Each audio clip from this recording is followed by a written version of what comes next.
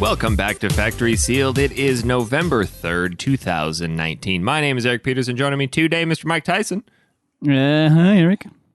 Hi, Michael. How are you? I'm good.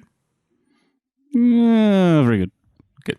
We also got Mr. Tom. What is up with that face, Reagan? Hey, guys. That Just was terrifying. patiently waiting here. By a lake? How's it going? Might be waiting a while. Yeah. What are you? What is?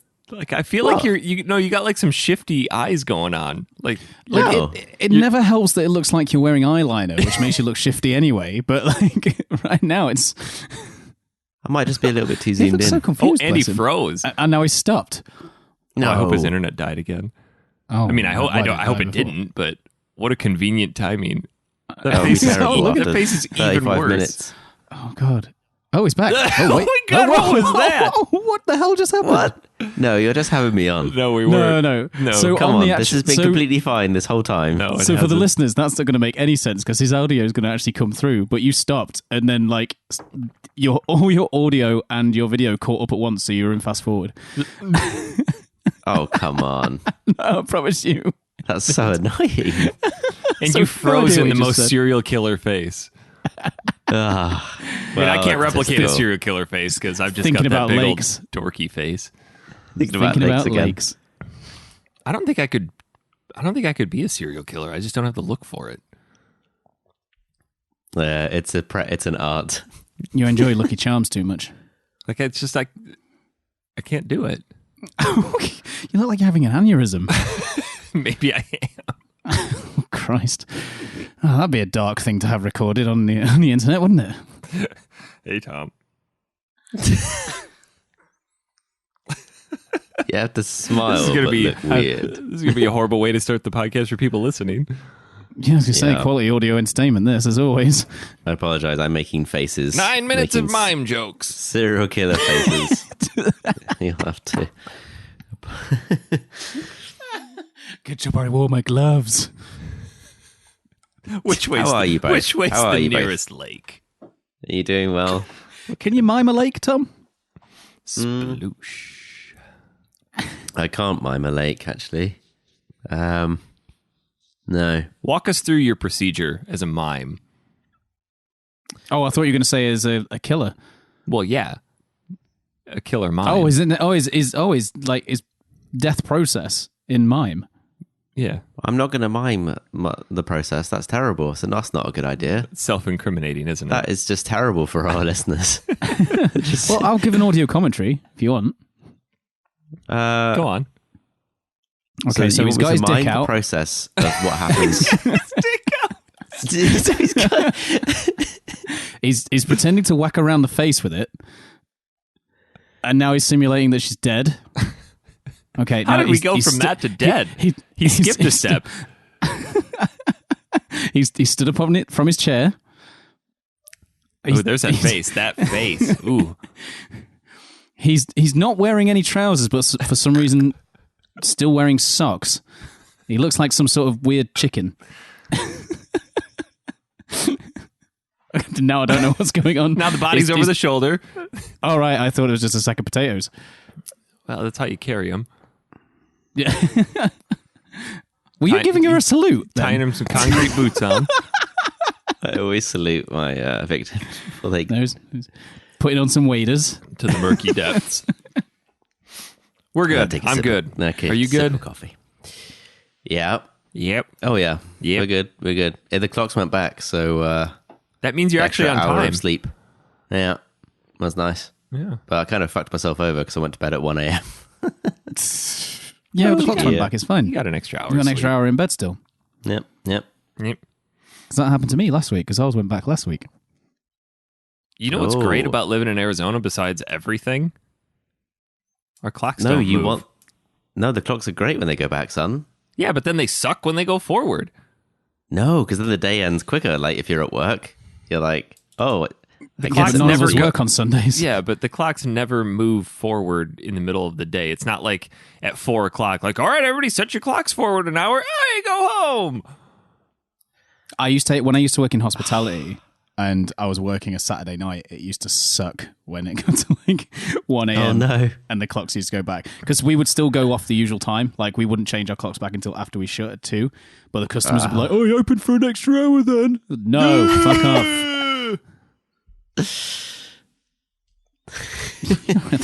You sounded like a caveman then, Eric. I suppose it's most drunk people, isn't it? Yeah. Yeah. Yeah. No, it's great. I just moved down here 9 years ago, set my clocks, and haven't looked at them since. I mean, I've looked at them, but I was going to say, like, how'd you make it on time to places? it's just But luck. if you go to what's that place called? It begins with H.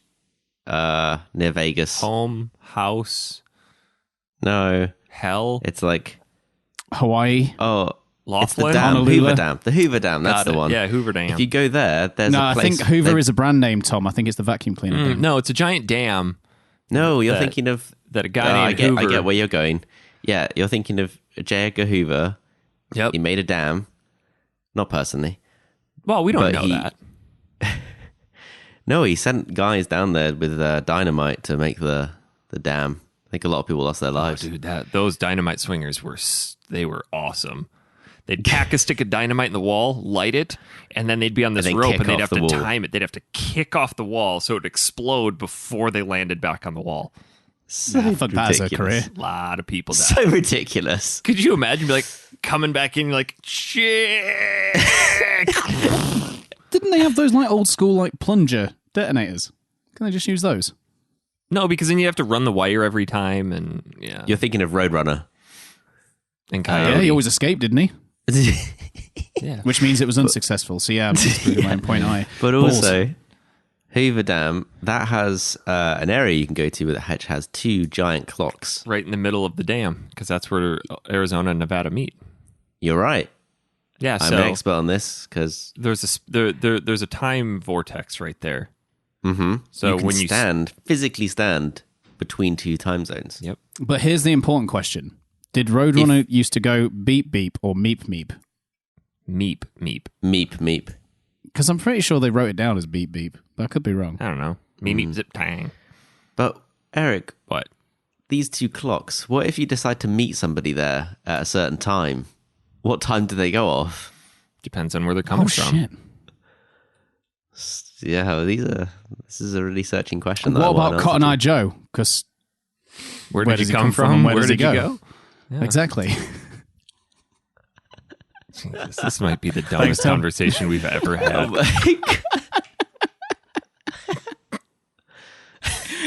I don't know. I told you on WhatsApp the other day, last week, when the millionaire gossip gals were chatting away, and Yeah. I was there all quiet. So I come in with the hardcore comedy lines. That's what I'm here for. The millionaire gossip gals. Yeah, you and Zach. What did Dan call us? The spending twins? I think so. Yeah, he said something like, it'll just be you with the spending twins this week, Mike. Yeah. So every time like I'm on with like just Zach and Eric beforehand, I'm always just like, can we not just like have an hour of you two talking about how much money you spent recently? No promises. To be fair, you were pretty good last week. We were. And I can't remember what you were talking about when I just like sat back, but That's the only time I've ever actually seen you completely disengage. like a pumpkin. Like Dan. Yep, Dan had some family stuff to take care of, so he is out this week, which is unfortunate because he rather liked this game. yeah, he really does. What game's that? But let's not get ahead of ourselves. Oh, yeah, fair enough. We've also got a contest to judge, which would have been nice for him to be here, but he's given us his vote, so Yeah. So, what's You guys have a nice Halloween? We did. I went. You- Yeah, go ahead. You got a costume. I saw your costume, Eric. Oh God, I have something in the way here. Hold on. It's not your costume, is it? What? there's something in the way. It's a rubbish thing to go as. Yeah, it's just something in the way. Yeah, just sorry. I just gotten everybody. Like I stood in line, like in front of the kids, trying to get the candy. Like, sorry, just excuse me. Oh no! Speaking of being in line, so we have a listener who lives in Manchester, Phil Gartside, on our community, and he shared, the famous window that Dan queues up for to see every year. They had issues this year. Not there was one, a power outage or something. two. And the curtain wouldn't open. But 3 issues. Oh, that video was awesome. That's tragic. Yeah. Oh, there was a video? Oh, yeah, there was a video. Oh, I didn't see that. Oh, man, yeah. I'm gonna have to He find it posted later. the video to us. Yeah, I didn't watch it. I just read the thing. Yeah. I went old school and just read it. Ugh, sorry. Should have just scrolled to the bottom for the number. Yeah. 1 out of 10 failed. Failed to see window. Q rioted. It was an orderly riot. Everyone queues up to walk up to a lamppost and hit it with a bat. Your turn to throw a stone. Like a really shit pinata. No, I went as Hank Fist. Oh, yeah. Yeah. Yeah. At least that's what I imagine he'd look like based on, our Grim Dawn characters. Yeah. Did you put on the voice and everything? I did. He was a were in mix character. of Grim Dawn Hank Fist and Wreckfest Hank Fist. Wow, that's quite a concoction. Of It is, characters. and it worked. I had one of those, those inflatable costumes that look like you're riding on something? I had one of those, but it was a blue dragon that was obnoxiously wide and even more obnoxiously long. And it came with like a little knight helmet and whatever that you're supposed to look like a knight riding a dragon. I'm like, fuck this. I'm putting on my GW skydiving on a shark shirt, my American flag cape, my back-to-back World War Champs hat, and then I put an American flag bandana over the top of the dragon. Here's my question, though, Eric. Good Hank effort. Fist. Because I wore a big inflatable costume like that once with a little fan in, but it was a big Stay Puffed Marshmallow Man costume rather than me riding a dinosaur. How much of a ball ache is it to go to the toilet? I didn't have to go, surprisingly. Did you just piss inside the costume? Well, I only wore it when we went out walking around with the kids trick-or-treating, which was like an hour and a half. I went to a Halloween party where we were all drinking all night. So Oh, no. Wow. my girlfriend at the time went as, this was years ago before like the really shit Harley Quinn from Suicide Squad came out. She went as Harley Quinn from the actual animated series, as like in like the full jester costume. Ew. And we had to actually just go to the toilet together every time because we needed help getting out of our outfits. I had to plan my toilet trips because I had to deflate as well before I went in. Oh, No, my this one was God. really, it wasn't uncomfortable, but the legs only allowed for me to take half steps, so I took twice as many steps as I needed to. So, was she in the full like red, black? Like, yeah, with that like kind the of- jester that's like awesome. balls on her head and stuff. Yeah. Very cool. Before Harley Quinn was shit. Is Halloween not a really big thing over in the UK? Because I get the impression that it's not. Nah, not really. Not really. It kind of like every year it feels like it might get a tiny bit bigger, but then just never seems to. God. Never seems to. If you just pulled that on your foot. No, but it didn't work out as planned. Oh dear. hell You is know when you're going on? pouring from one cup to another, you just got to commit to it. Otherwise, it Yes. dribbles down. I didn't commit enough, and now it's all You need over a my pourer, lap. son. There's You a need guy at pourer. work who's so good at it, and I don't know how. He can pour like this, like from like 30 centimeters above the cup, and it goes perfectly in, not a single drop. I don't know how he does it. Has he been on America's Got Talent with it yet? Good point. I'll mention Tell it him. in my next Tell him. meeting. There's money to be made. No, you got to go for it. You have to Tom, go this cup all is in. small, and there's not enough, and I'm afraid. No. I can do it from 2 inches. Oh, nope, I can't. Jesus, my pants are He soaked. said that before, hasn't he? My pants are absolutely soaking in coffee right now. Oh, Jesus Christ. I got 2 inches free, honey, and that's all you're getting. And it's lukewarm. Oh, God, I don't have anything to dry off with. Well, that's it now. You have to sit like that for the rest of the show. Gotta buy Yeah. tissues. Why didn't you just drink it from that cup? Oh, God, That's have a you very ever good drank point. coffee from a metal cup? I'd rather He's die. doing it right now. Oh, sorry. It's fine. Get a good metal cup. No. Why would I drink out of a metal cup when I've got a ceramic Mega Man cup right here? Because I take it you want to keep it warm, right? It is warm. Now it gets cold in here. Best of both worlds. Oh, great, yeah. Sounds delightful. Sorry for that distraction. Dear. That's all right. You're talking about Halloween. Did you guys play any scary games on Halloween? I played a fucking ton of Luigi's Mansion 3. Oh, shit, son. Oh. That's not scary. No, but it is fucking charming as hell. Scary how good it is. Is it still got the old wait. It sure does. Does it really? Yep. Yeah. So I'm not actually very far in it, and I didn't get to play it on Halloween because unfortunately I didn't make it home from work, so I had to play a little bit the day after. I am not very far at all. I've not got past the first set of objectives after getting the Poltergust, which is surprisingly quite far in. You go for quite a while without it. Yeah, probably about an hour. So Eric's a hell of a lot farther than I am. I am damn near the end of the game. Man! You know what, right? This game has a full-on, like, story, cutscene intro, and then, like, controlling Luigi, seeing some more, like, kind of intro and stuff like that. And I've never seen a Nintendo game, or, like, you know, kind of the Mario-style Nintendo game that has anything that builds a story up as much as this. And as I've said, it is charming as hell. It really, really is. Yeah. It's just definitely got that Nintendo touch to it. And I thought I was going to be a little lukewarm on the whole Luigi's Mansion thing after we just played the one for the GameCube, but I can't put this down. You seem really hooked on it. Yeah, I'm 12 hours in 3 days. Did you play the second one? I played like 6 hours of it, and to Mike's point, it really started to feel like it was just sticking around too long. Okay. Yeah, I remember Mike saying that. So Luigi's Mansion 3 doesn't feel like that? No, it doesn't. The latter third of the game, there's a pretty steep difficulty spike in a certain few areas, mainly with the boss battles. They're very challenging, and I'll just leave it at that because I can't really say anything about them without ruining any of them. But every single boss fight has been fun and unique. There's only been one level. Are you sure you're not just getting progressively worse? I could be getting progressively worse, but I don't think that's how it works.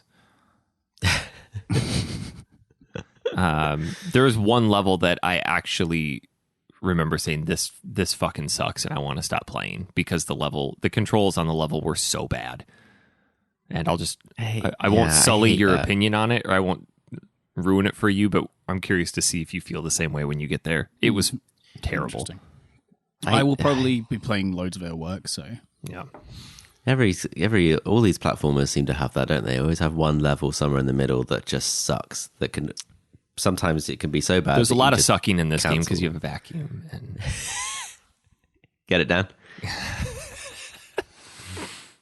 We won't send him a message this week. Yeah. Let's see. Yeah, I don't know. Tom, do you have any plans to pick this up? Honestly, no. Just because I have plenty to play at the moment, and those first-party Nintendo games don't go down in price, so I'm not going to spend a Canadian $90 on it just yet. Yeah. If I see it cheaper next year sometime, then it might be something I decide to grab.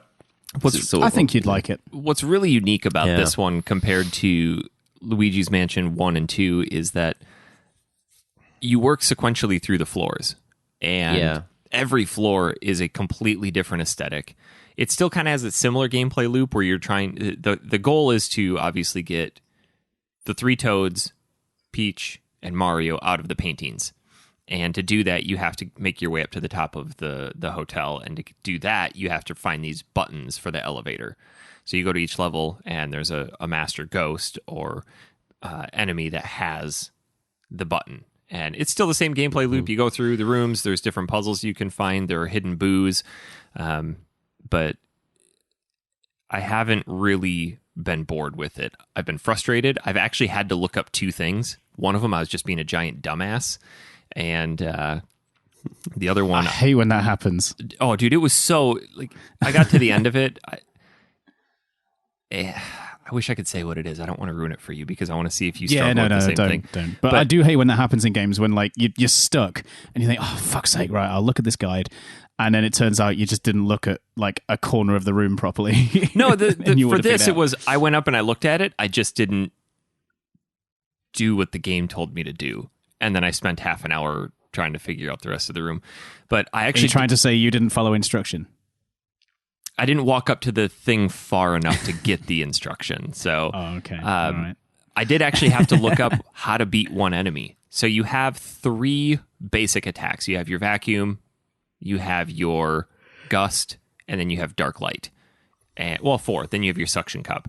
So all enemies are fought in that combination. And I came across this haunted garbage can that I just could not figure out how to beat. I died probably 9 times to it. And it's just a basic room boss. It's not a final boss or anything, but your suction cup is neat because you shoot it out, you can suction it up, and then pull things over. So this enemy had to pull him over, and then from there I just couldn't figure it out and kept dying and dying and dying. And finally I'm just like, fuck this. I need to look it up. And sure as shit, there was already a few articles on there like, how do I beat this haunted garbage can? Okay. And I felt like an idiot because it's just... I'm going to assume it's the new kind of jump move he has. No. Is it that? Nope. Oh, okay. So you have 5 then. You have a jump move as well. Yeah. But you do have to incorporate that into a lot of boss battles, and his jump isn't very high, so that like shockwaves come out at you, and you have to time it just right to jump over them. But health... Go ahead. I just went, ooh, I was reacting, sorry. Health is quite plentiful in this game. However, they do have the very obnoxious heartbeat/beep when you get low on health. Oh my god. And it's real loud. And if you've got Game of the Week had that too. If you've got a surround sound system with a subwoofer, you can feel it. It's like thump thump, and then the high pitched beeping all mixed together. And as you get lower on hearts, it gets faster and louder. So some of the boss battle, and I don't know, I kind of like it because 3 of the past 4 boss battles I've had have come down to me having less than 10 hearts left on the final round of attacking him. And it's just a real nail biter with it when you've got that going on in the background. And typically when they hit their last phase, they won't kick out any more hearts. So it's like, whatever you have now, you're stuck with. And if you die, you have to redo the entire fight. And most of the bosses have 2 or 3 phases to them. I think when you have that kind of low health indicator going during a boss battle, that's sort of passable because it adds to the tension of it. But if you manage to clear that room and you're still on low health, that constant beeping whilst you're just doing general exploring and finding items and stuff is kind of irritating. It's one of those things like I think probably at least every one I've played, every Zelda game has it, right? When you're on one heart or whatever. It just Ocarina of Time is one of the worst for it. Yeah, you just learn to tune it out. Like, they didn't take it away for the Link's Awakening remake either. It can get a bit annoying, but get good, son. Yeah, it's kind of the game saying like, get good, find hearts, maintain health. Good. Unless you're playing on heroic mode. Get good. Yeah, get good. True. Yeah, it's but Hearty Pip Pip for Luigi's Mansion 3 for you, though, man, it is. It's something else. I really like the map that they have in this. I saw that, and I didn't read much about this game. Mike, unfortunately, you had it spoiled for you. But in the other games, you have like the Game Boy Horror, or you have the Dual Screen. But the one they have for Luigi's Mansion 3, like, this is really cool. And then they just kind of take the piss out of themselves with a comment about it, and it's a old failed Nintendo product. Oh, but it looks cool. The menus of it look really fucking cool. It looks really neat. I know. I don't even know what it is, but I can. I'm gonna guess in my head. It's one of those I don't want to ruin because I kind of enjoyed the surprise of it. Like, oh, that's really neat. Yeah, considering they've been like going forward as well, haven't they? Obviously from the Game Boy, then the DS. So I guess. But yeah, right. I'm glad you like it, Eric, because you enjoyed Luigi's Mansion, but like I didn't think you were completely enamored with it. So you getting Luigi's Mansion 3, I was like, I hope it's good because I tell you what I really like about it is the incorporation of drop in, drop out multiplayer. So you have Gooigi, who's just this liquid form of Luigi, and there are a lot of puzzles where you have to utilize him to go hold something while Luigi walks forward and does something else, or tag team a puzzle. But for a lot of it, you don't use him. And when Ellie is watching me play, I just gave her a controller too and just popped out Luigi, and she goes around and just vacuums up crap in the room for me. And she's a good distraction for the ghosts, so I can sneak up on them. Or it's a neat little inclusion. It's not over the top. There's not a ton of co-op that needs to be done with it, but if you have someone else who's like just mildly into gaming and wants to play along, it's really fun.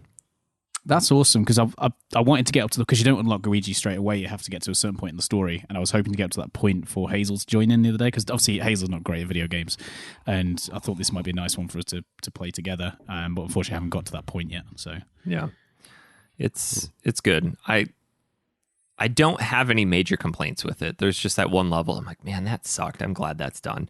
There isn't a ton of backtracking. There is a little bit of a trope where you go to pick something up and then a ghost comes and steals it and traipses off and you have to chase him around. But yeah, it's to be expected. Yeah. I thought they made a comment about, the boos are back. Okay. I was thinking they were the traditional boo and, like the ghosts from Luigi's Mansion 1. But I don't think that's the case. I haven't looked it up yet, but you can get cartridges that show you where the boos are. And as you get closer to them, the Luigi pack on your back will start to vibrate. I've never come across that, but I do find these golden ghosts hidden throughout a bunch of different rooms, and I'm assuming those are the boos. Have you come across any of those yet? No, nothing to do with that yet. So I'm not sure. Because there's a shop you can actually spend your money in this game. Oh wow! Okay. Yeah. You can buy golden bones, which when you die, Polterpup comes and eats the bone and revives you. Yeah, that came from 2. That did. And then you can buy the boo cartridges that show you where a boo is, or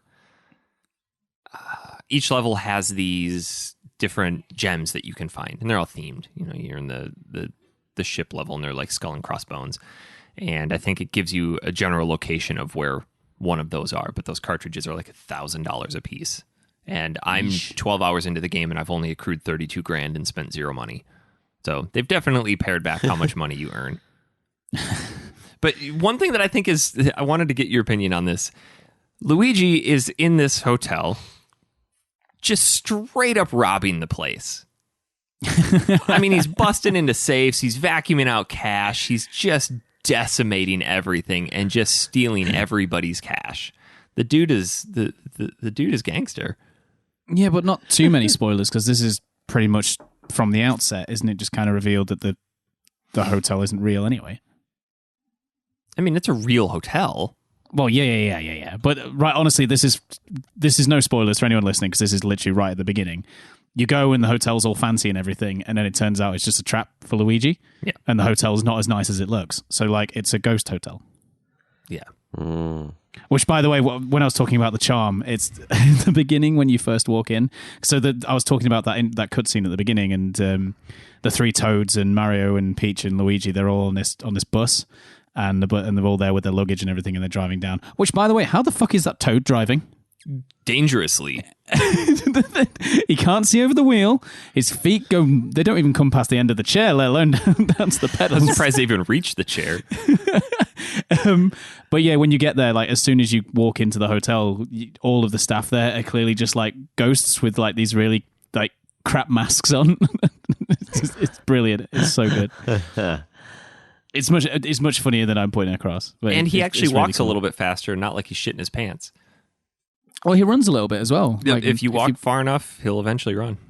If they fix that run cycle, then it was kind of odd on the GameCube. Yeah, it's not just the same speed the entire time. Little jaunt. You got a lot of ground to cover in this game. These levels are huge. The thing is, from the first 2 Luigi's Mansions, like a lot of the rooms are claustrophobic in a way. They're very like each room you go into is a very, very small area. Obviously, they're now using the power of the Switch. The power of the Switch. They the rooms are much bigger. There's so much more space for you to use, and like the main reception area. Yeah. You go back into it after getting the poltergust, and like it's huge. It's absolutely massive.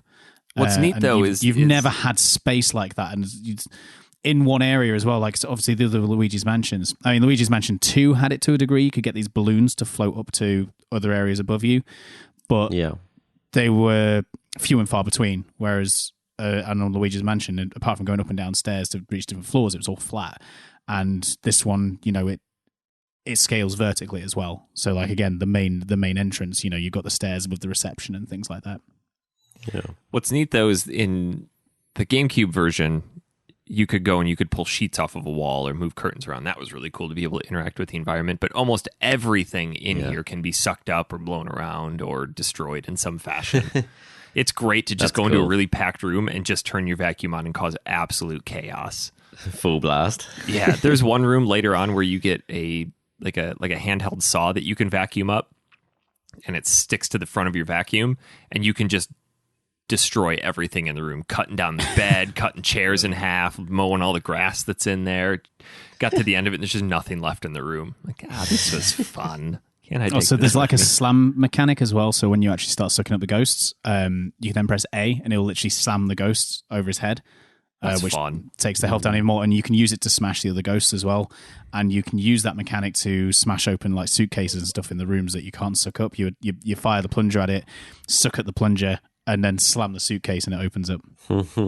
Nice. Yeah, it's fun. Or That's even pretty bigger cool. objects, you can shoot a suction cup on, have Luigi vacuum it up, and then switch to Gooigi, have him shoot a suction cup, and have him suction it, and then tag team flip it over. So it's definitely a blast. I think if anybody's on the fence about it and you played Luigi's Mansion 1 along with us, or if you've played it in the past, this one is phenomenal. Yeah. The really interesting thing is, a couple of the reviews I read and listened to on podcasts and stuff like that, they said it looked absolutely beautiful, portable, and then when it was docked, it didn't look great. I don't know what they were talking about. I think it looks fantastic, fantastic. stunning. Yeah. Even on when it's docked, it looks beautiful. And it's like this is a weird thing to like, but the most current Nintendo games, most recent Mario games, even I love that. Like it's a real strange thing to like, but I can see like the texture of Luigi and Mario's overalls. Yeah. Yeah. That's definitely that I Nintendo. get that. I just really like that aesthetic and that look for Mario and Luigi. Like, just being able to see that texture is a really cool thing for me. You're wearing Yeah. denim. Yeah, I liked that on Odyssey. But I like they kept that with just about every outfit on Odyssey as well, didn't they? Anything that had some texture. And they kept put a lot of nipples work into those. Construction outfit and stuff. Yeah, textured nipples. Yep. Denim nips. I think they were actually his nips. Well, did you? So you're now playing it with your green Joy-Cons? I did. I caved for a couple reasons. One, they're super cool. They're really a cool color. And two, I was fed up with how inaccurate my old Joy-Cons were with Ring Fit. So I said, I'm going to buy a new set. I'm going to test it. And if I come back and Ring Fit is still inaccurate, then I just know that, it's kind of finicky. Put it in, immediate difference. Like Ring Fit was an entirely different experience with Joy-Cons that actually work. Was it your left Joy-Con? No, it was my right Joy-Con. Oh, interesting. They were original ones, weren't they? My left one was a replacement because Ratchet destroyed it. And then my right one was an original. At least Right. you've made away with those fucking god-awful grey ones now. I don't know. I still like them. Kind of drab. Hey, the grey one's all right. I hate the grey ones just so kinda much. right. It's a personal taste thing, but man, I hate them. Yeah, but those green ones are fucking cool. Yeah, they are nice. Very jelly. What I notice is the box doesn't do them any justice. You look at the color on the box, you're like, this is forest green. This isn't neon green. You take them out of the box, you're like, that is neon green. So they're cool. I like them. Fucking expensive, though. Damn, they're expensive. Yeah, that's just it. And then Nintendo PlayStation, for you. Sony just released a bunch of new colors for their PS4 controllers. Like, well, I need 5 more controllers now. Oh, they got such nice colors. Those new ones. They just They're did kinda like it's like a pastel purple, pastel blue, Yeah. pastel rose. yeah, so cool. that pastel blue one is nice. Oof. I want Damn. all of them in and around my mouth and my hands. You shouldn't put controllers in your mouth. It's disgusting. Have you seen how I play games? I mean, it might explain why you find them difficult sometimes.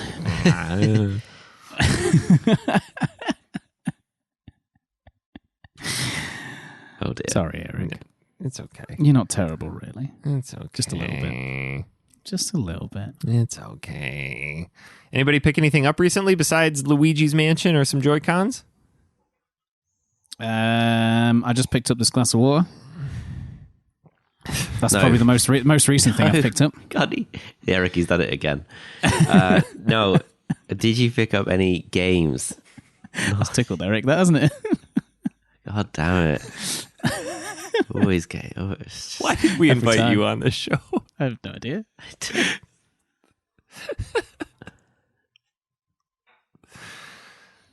Go on. I wasn't lying though, was I? No, and you answered my question. I should probably be more specific.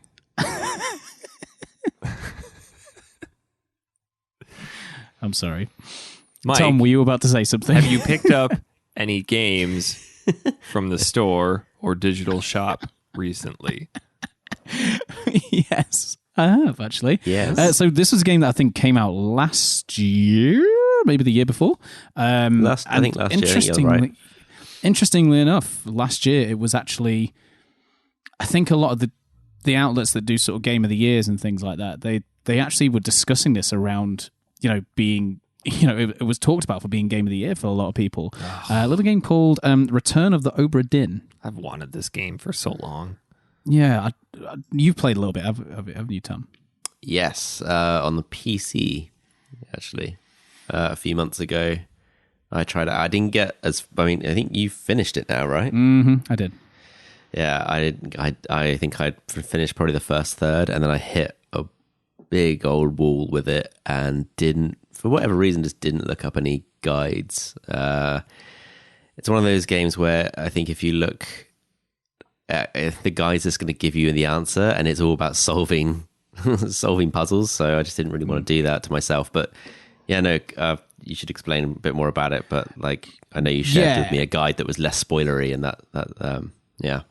Yeah, so if you don't know what Return of the Obra Dinn is, there's only so much I can say without kind of ruining the game for you. So I will try and basically give you the minimum that you can kind of go in with without it being spoiled for yourself. But the entire game is one giant puzzle. You play as this kind of like an insurance claims person who's looking at this old sort of wooden sort of sail ship, like a galleon kind of thing, not quite as big as a galleon, but the old school kind of ship that has mysteriously returned. It went missing years and years and years ago, and it randomly returns with no crew and just no reason as to what happened. So your job is basically to find out what happened to the 60 members of the crew, and what happened to them, how did they die, and if they were killed by someone there, who killed them.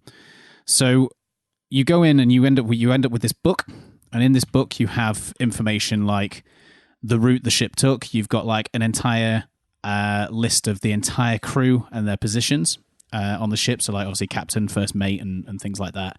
And then if or if they're a passenger and things like that, then you get little things like a glossary to tell you what some of the positions meant if you don't know what they are. And then there's loads of blank pages. And the story is split up in there's these, I think it's 10 different chapters. And in the book, it gives you a hint of where that you can find the beginning of that chapter. And you find this kind of, it's not a dead body, but you see these flies manifesting over around like an image of where a dead body would be. And you go on there and you end up kind of using this magic sort of compass pocket watch thing you've got. You end up being transported into a diorama of a scene. So, and at the beginning of that, before you see anything in the diorama, you'll hear some audio. It might just be the sound of some waves crashing or something like that, or you might hear some dialogue. And, they might say people's names, they might say captain, or anything like that, or any of those kinds of things. And what you end up having to do is in that scene, there will be a specific person, which is whose body you found with the flies. Like I said before, find out who they are, find out how they died, and if killed, who by, and who that is. And it will only tell you that the answers are right when you get 3 correct. So of the 60 members of crew, as you go through, you can only find out if you've got that one there that you think, oh yeah, I'm 95%. that's that one. You will only find out when you've definitely got another 2 correct. Jesus, that sounds complicated. Yeah, right. So as the game goes through, you can access all, apart from one chapter, which is only unlocked at the end when you've done all the ones that you can. You can go into all of the chapters and see the various, like I said, quote unquote, dioramas of everything happening. And you can go in and out of those as you please. And the entire game is figuring out what happened to these people. And it gets fucking hard. Because the whole thing of where you're only learning, you can only learn if you got them right, if you get 3 at a time, gets really difficult towards the end when you've got like, there's like 8 top men. Like that's the position of the guys who do all the rigging and sails and things like that. And they don't really have much interaction with people, and you have to end up figuring out which is which. And some of it is a bit of a guessing game. If you're thinking, I think he's definitely right, and I think these 2 are definitely on these 2, and having to figure out if you're going to try and take these guesses, it's so hard to find out if you've got those guesses right. And when you look at the pictures in the book of the person you're figuring out, their picture will be blurry. And the picture will become clear when the game thinks you have had enough information to guess who that is. So, like, something will stop being blurry, and you're like, wait, well, what fucking information did I see? And you have to pay attention to everything. And the entire game is kind of in this 1-bit style. It's kind of just one color, and everything's just black lines. So this is where I can't say too much because some of this will give away some of the answers of them, but like you have to pay attention to things like where they might be on the ship, or what their uniform sort of looks like, or who they've hung around with before. Even things like their accent, because on the list it tells you where they're from. Yeah. And it's such an interesting game. I've never seen anything like it at all. It is completely unique. I had a lot of fun with it, but like Tom, I hit some walls. It sounds frustrating. I didn't realize it was to that degree of complex. It can be frustrating, and I played it on Switch, so I played, as always, play a lot of Switch games at work, and over the course of a few days, there was days where I hit a wall, and I came back to it the next day, and I was like, I'm going to look through this again, and I figured loads of stuff out. And Tom mentioned this guide. Now, I did use this. I found something called a nudge guide, which, like Tom said, it would be terrible if you just got the answers. Like it would ruin the entire experience, I think. So I found this guide where all of the people you're finding out in each chapter, it just gave you like a little bit of a nudge in the right direction without spoiling it for you or without giving you the direct answer. So it would just be a little bit of extra information that one you may have missed or not thought about. So like the B one where you have to find out a lot more of the crew before you realize who this is. So if you're really struggling, you're like, right, I'll try and find out some more first. Or a thing like, there's a reason why think about where this guy might be earlier in the game, and he's going to be angry at the fact that these people are taking that boat. Little hint like that. So you think, right, I'll go back through and see, where was he before, right? Why is he angry about that? And you still have to think about it, and it's still difficult even with this nudge guide, but it's so fulfilling when you get to the end of it.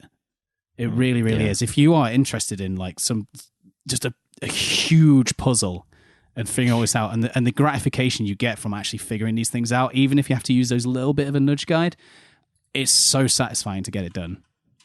Yeah, it's very cool. It's like really well put together, well designed with that kind of unique graphic style too that fits pretty well with it.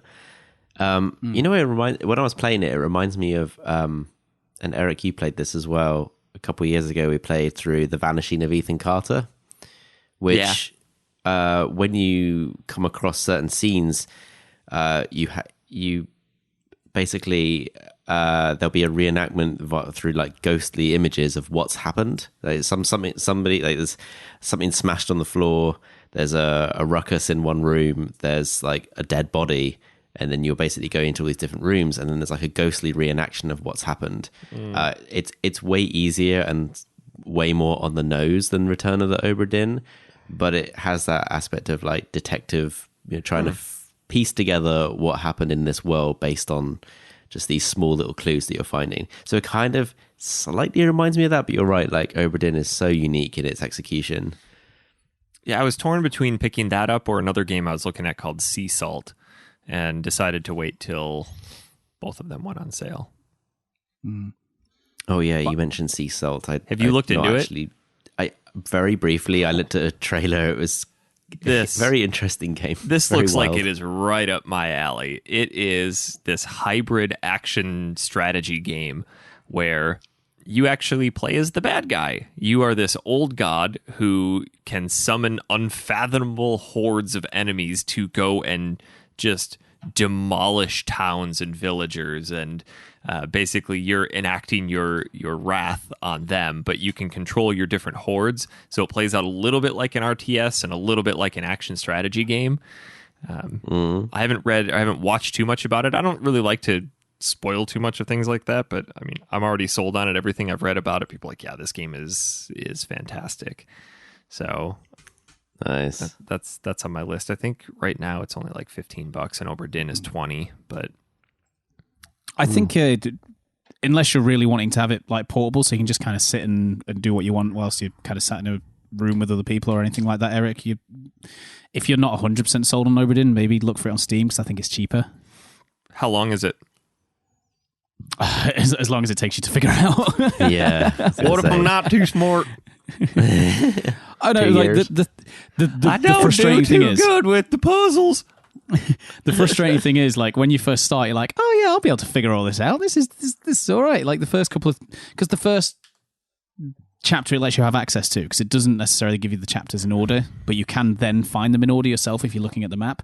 The one thing I forgot to mention in the book as well, there's like a sketch of all the people that this artist did, and you can mark people off on that as well, and that sketch itself even has like information that you should need to look at. So on a things like scale of puzzles, that. Right? where does it fall between the preschool puzzles where you match up the shape of the animal with the shape on the board, The cow goes moo. And the witness. or a giant 200,000 piece puzzle where everything is one color of red? Okay. I mean, it's neither of those extremes. Well, where does it fall in that? Well, percentage-wise, you mean? Like, I don't know. 0 is the animals and 100 is the... Is it, or Red is it more puzzle? like a 500 piece Thomas Kincaid puzzle? How would you describe it, Tom? Come on, get creative here. This is a I would strange say- scale here. I would say... When have my scales ever made sense? Yeah, your scales are... You're a man of extremes. We know this. But I would Is say... it a clown sat on top of a car and the car's wheels are made of pot roast and the bonnet, when you open it up, is just a stapler? Or is it a crocodile upside down on top of a turtle?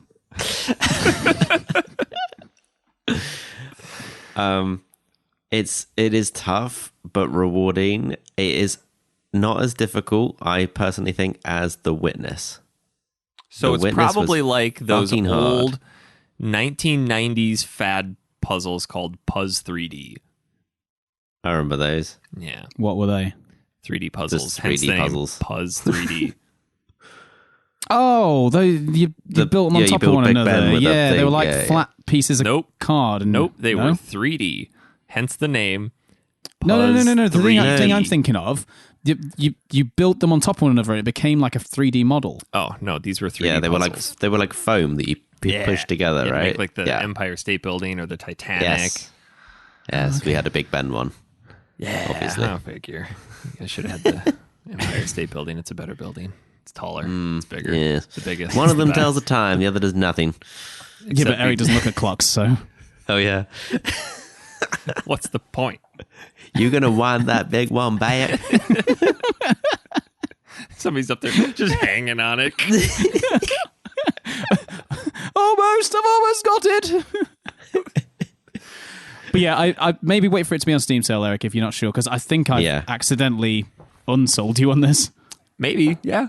I like the aesthetic. I like that it's got a boat in it. I like that there's pirates. I latch on to stupid things in a game. That's got a boat, want it? Yeah. But yeah, I can't talk too much about like the actual puzzles without spoiling some of it, unfortunately. But That's fair. Yeah. if you want like a proper brain teaser to kind of have you mulling over for, I think I finished it in That's not the kind of teasing I like. sort of 2 or 3 days. I think I did, maybe 4, something like that. But yeah, I did get some frustration for sure. But like Tom said, it just has these moments of reward. Yeah. And I felt accomplished when I finished it. Like I felt accomplished. Like again, even though I had to use that little nudge guide, like I felt accomplished at the end that I figured it all out. That's good.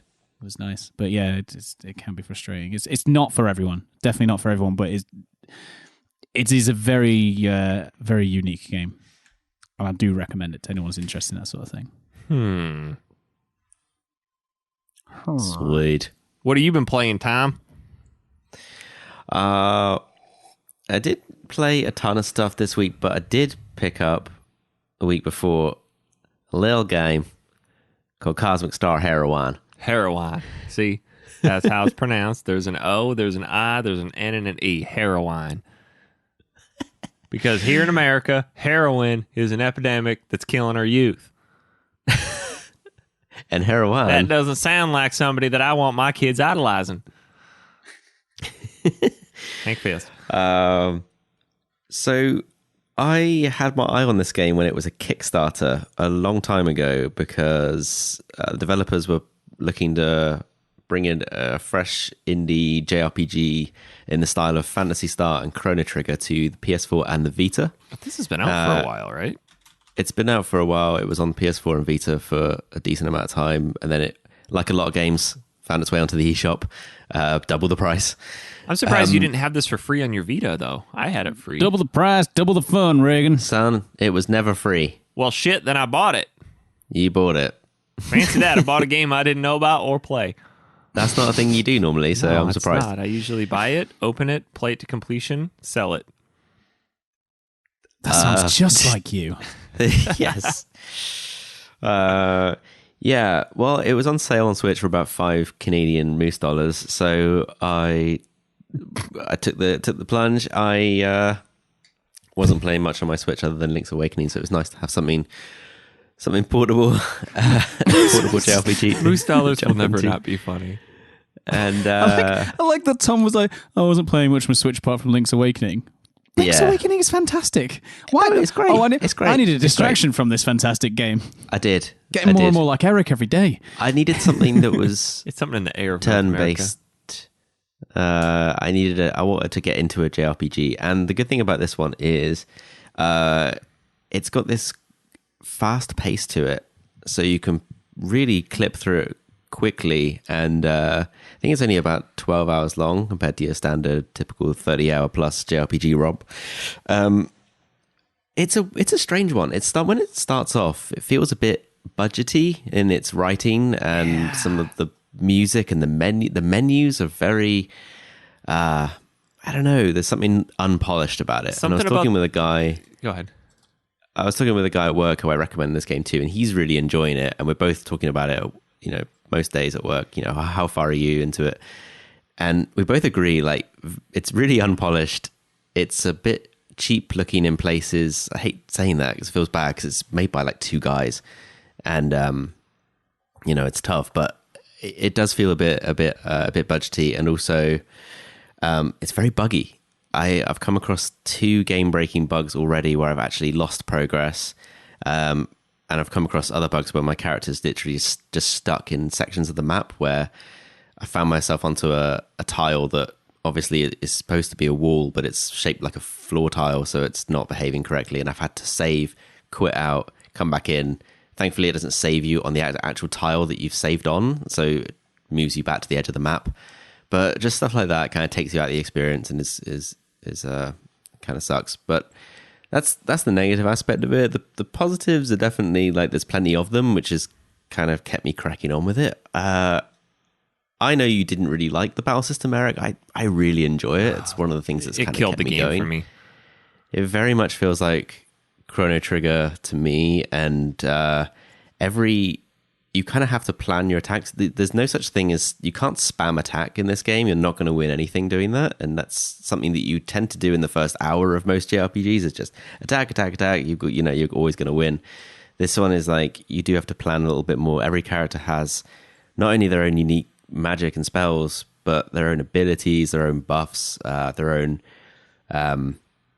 traits and stats. So it's kind of, everyone brings something new to the table, and by midpoint in the game, you've kind of found everybody that you can add to your party, and you can kind of, on the fly, you can add and remove party members. It's not like specific areas. You can just quickly hot swap people out. It's got a pretty... the story is kind of... The same guys who made this game made, I think it was Call of Cthulhu, which was very much a fourth wall breaking JRPG that's just goofy, full of comedy and classic RPG tropes. It's just making fun of itself the whole time, and you can tell that some of the writing has found its way into Cosmic Star, which works. Like with the NPCs and stuff, they're usually just saying goofy stuff, but there is a underlying story where it's not totally unique. It's just you work for an agency, and basically you then turn, very early in the game, no spoilers, you turn against the agency because they're doing nefarious things to the world, and so you got to save the world from this tyrannical agency that's kind of like a bit of an ugly corporation that's getting very greedy. That sounds really generic, because it is. There's not really much else I can say about that. But yeah, I'm just having a really good time with it. I don't know. I like the sci-fi aesthetic. I like sci-fi JRPGs anyway. You like do? Star Ocean. And you like sci-fi? Yeah, Oh, I love it. Weird. Okay. Did you know that about me or not? I had no clue. Oh, I love it. Which is why it's surprising that I didn't totally dive deep into Rogue Galaxy, because that's very much a sci-fi RPG. It's right up your pooper. It Are really you is. going to give Outer Worlds a shot, Tom? Yes, I really, really do. I've heard more about that on a podcast I was listening to yesterday, or on Friday, and it sounds totally my type of thing. I didn't realize it. I kind of just let that one pass me by, and now I've heard more about it. I think that's something I really need to explore.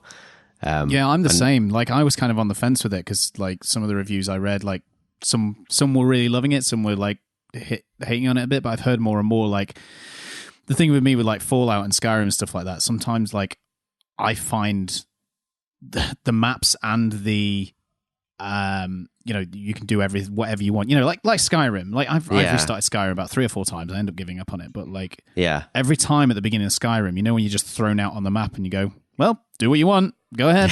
I love games like that. Honestly, like I get like really anxious with that, because am I going to miss something? Like, am I going to do things right? And the Outer Worlds, everything I've heard, because of all these like smaller locations rather than this huge thing, and it seems like there's a bit more direction in it. Like it sounds completely more up my alley.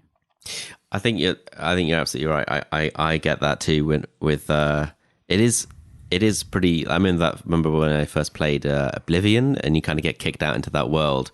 Like, it is quite a moment. Those early open world games, it's like, Jesus, I could do anything. I can just wander off somewhere else and do things out of order. And God, that to me, that is a gaming memory for me. Is popping out of the sewers of Oblivion and be like, here we go. I totally understand that, but I also I'm probably a bit more in some ways like you, Mike, where I need some linearity, like some way of like just guide me, like tell me where I'm supposed to go, make me feel like I'm doing things right. I don't want to completely screw myself over or miss stuff. And so I think that's it's good game design to get those both balanced. I think that's fundamentally where you and I are different, Mike. Is I like to play a game how I want to play the game. Just let me fucking play the game, and I'll figure out if I'm doing it right or wrong. But you like a sandbox, I think. I do. You like to be just dropped in and you have all these toys to play with. I do. Essentially. My complaint, and what really finally drew me away from Cosmic Star, was, in fact, the combat system. I liked the world. I could get over the really campy writing. At the very beginning, it just... You could picture 2 dudes sitting there writing, like, yeah, that's funny, put that in. You're like, all right, maybe you should step back. Like, that's really not... Yeah. It's just... it's cheesy. Like the hacker dude, he tries to come across a whole lot funnier than he really is, and he's just... It's hit and miss. The writing is hit and miss with that. It does try a bit too hard, and if only they could just draw a line under Call of Cthulhu, because clearly it came from that. If they could just be like, we're going to make a serious, well, not serious, but like we're going to make a story-driven RPG, and we're going to take what we've learned with developing a good battle system. We're going to take what we've learned with designing a good sprite set, because the game looks nice. It looks crisp. Mm-hmm. I do like it does feel very Chrono Triggery, and it's not a bad thing. Stand on the shoulders of giants and all that. My gripe with the combat is that in a JRPG, again, I understand this one's trying to be a little bit different, and every JRPG has to set themselves apart, but this one, in a JRPG, each person sort of becomes a certain class within your team. You have your fighter, you have kind of your mix, then you have your healer. This one, all of your characters need to be everything. And basically it's you're fighting 3 battles in one, because you can't have one person just manage the healing of the team, and then you can't have another person on the offensive, because you're forced to defend. Every character is forced to defend to regenerate their actions. Yes. Well, so some actions, particularly ones that are the most powerful, have a one use. And then if you want to use that again, you have to defend on your next turn to replenish that one. It's an interesting way, because it's interesting because it means you can't spam the most powerful attacks. But also, I get what you're saying, because the classic fantasy adventure, especially those first 6 Final Fantasy games, are all class-based. You have white mage, black mage, fighter, warrior, and so on. And then as we move from there to Final Fantasy 7 and beyond, well, you can kind of, if you really want to, you could make Barrett your healer in Final Fantasy 7. Yeah. It wouldn't necessarily be a good idea, but you could give him all the materia, give him all the magic sources you can to buff his stats. You might be doing yourself a bit of a you might be making the game a little bit tough for yourself, but you can kind of shoehorn characters into whatever role you want to. And we kind of then, on other games, you kind of go back into the roles. Like Octopath Traveler is very much, this is the thief, this is the hunter, this is the mage. It depends what your kind of personal preference is, I think. Yeah, and Dan said that later in the game it hits a pretty high difficulty spike, and there was a battle 2 hours into the game that took me 12 times to get through. I'm like, I just don't like this combat system just is not jiving with me. And I was surprised to hit when you said that, because I haven't hit the game over screen yet, but maybe you might be playing on a higher difficulty than me. I'm not sure. I went to the hardest one. Did you really? Yeah, that's how I play all my games. Hardcore. Did you actually? Yeah. Oh, fair enough. No, I did the second hardest one. I went to normal. I played normal, yeah. It didn't say. I went to the first one that didn't say easy in it. Somewhere within there. Like if you go to, I think normal, it says, if you want an easier experience, nope, go one higher than that. Yeah. So. Which is, it's actually worth playing this game on a slightly harder difficulty, because the meat of it is in the combat, like the story. You know, I get playing games on easy if you just want to really experience the story, but the story is not worth playing on easy for. So you might as well have some challenge to you. What is neat in the combat system, though, is that you can go into your negative health, and you have one additional attack after that to kind of regenerate yourself. But it's basically like, okay, now you have to heal. Or if you feel like you're in a strong position, some characters can like have a chance of triple attack or critical hit, 100% chance of critical hit if you're in negative and stuff like and that. Then die. It's an interesting it's like falling system. on a grenade. And I know it's not for everyone, but yeah. Well, that's me. That's what I've been playing. Yeah. I think How far are you on Link's Awakening now, Tom? Because you mentioned that you're playing it. I think you said it's like a bedtime game. It is. It is my bedtime game. Like 15 minutes here and there. It's a nice one. I'm really enjoying it. I just gave. You'll know what I'm talking about, I guess, if I say it. I was in the middle of this trade sequence. I've given a monkey a banana, and so I'm about to go into the 3rd dungeon, I think. That's not too far. You're still enjoying it? Yeah, I am, actually. I'm probably not as much of a Zelda fan as you guys, for sure. But this one, I have good memories of it from the Game Boy, and it's a very charming remake, and none of the issues are putting me off, like the performance stuff. I'm fine with it. It's all good. It sounds bad, but you kind of get used to it, don't you?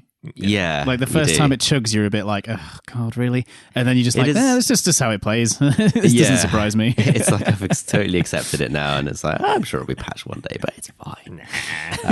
So yeah, I am 7 stages of grief. Acceptance. Are you both still playing Final Fantasy VIII as your kind of bedtime game, or just dabbling in it every now and again? Or not so much? So I am, but the last time I played Final Fantasy VIII, which was...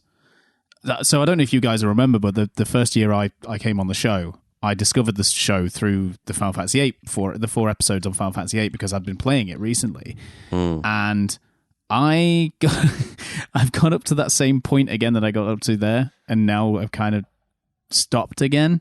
So when you get to disc 3 and you get the Ragnarok and you finally get some proper freedom, you can do a load of different side quests and you can start building towards getting like the Lionheart and getting Bahamut and Eden and everything like that. I'm at that point, and because I've been using +3 speed the entire time and stuff like that, like I'm junctioned out the fucking wazoo. Like most things I'm beating, but like I'm trying to get the Marlborough tentacles to get to get Doom Train, and I just keep getting fucking murdered by them. And I'm just like, this is what I want to do now, and I can't be asked to fucking sort out everything on that. So I am just like, I don't know, I might end up quitting at this point once again. Fair.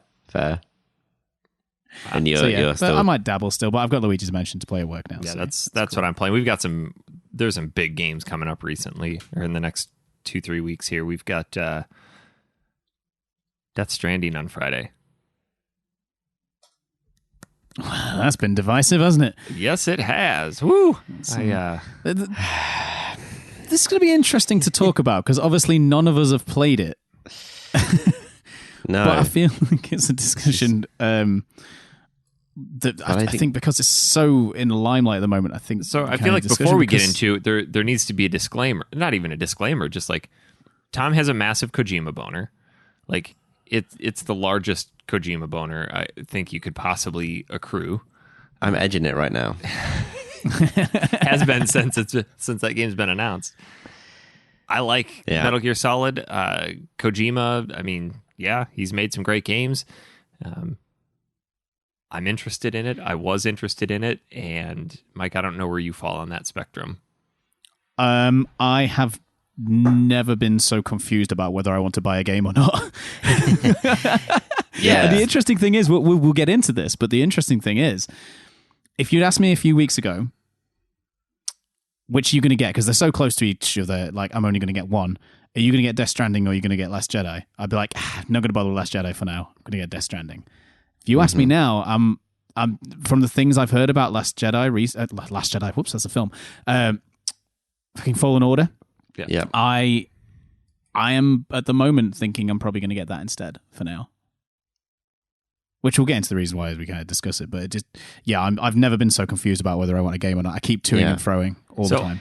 I think conundrum for me is, like, I have the $200 super ultra baby in a bottle collector's edition reserved. And I was initially like, you know what? Yep, 100% sold on this game. It's going to be fantastic. It's going to be weird. And then it came out. The reviews came out, and they were at both ends of the extreme. It was either, you know what, this game is boring, to, oh my God, it's revolutionary, and not much in between. Mm-hmm. And I don't think any game could be more geared towards Tom Regan than Death Stranding. This game is a walking simulator in the purest form, made by his idol. It is just, it may as well just be called straddling Tom Regan. Yeah, this is true to an extent. And I think there's a lot of truth in that. And I have to be careful because, of course I'm super biased in that way. And I have to try and step back for a second and look at things more objectively because, most people who are excited for a game made by the creator of Metal Gear Solid are hoping for something It is definitely more, a little more action orientated, especially off the back of Metal Gear Solid 5, which, kind of was probably leaning more in towards the gameplay aspect than the story, I would argue. But, Yeah, kind of, even though we haven't on played it, and there's been a whole bunch of reviews, and none of us can really comment on the game, obviously, because we haven't played it, but we can comment on the conversation surrounding it. And, this kind of happens a lot in the gaming community. And I think some people in our actual community put it pretty succinctly, where it was like, okay, there's a new game coming out. It's a first party title. A lot of people are excited for it, and reviews have come out and it's not been as expected. Some of their favorite reviewers don't like it. People they've not heard of love it, and they're kind of like, well, I don't know which side to fall on. You know what? If this game doesn't look right to you and you're not sure about it, just don't buy it. Like, it might not be for you.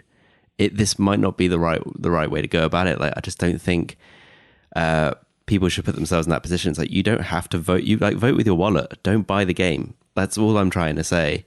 Like, it might just be that this game is just, it's a cinematic experience with political themes, and it might be a bit up its own arse in places, and that's Kojima. He's been let loose to make his own vision into a game.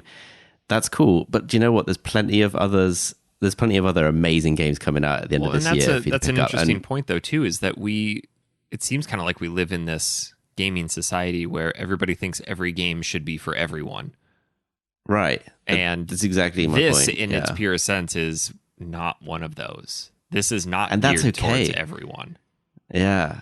And definitely having opinions are one thing, because there are some amazing new games that are so renowned and successful that I'm like, but I would not for a second be like, looks shit, looks terrible. Anyone who buys that must be boring as fuck.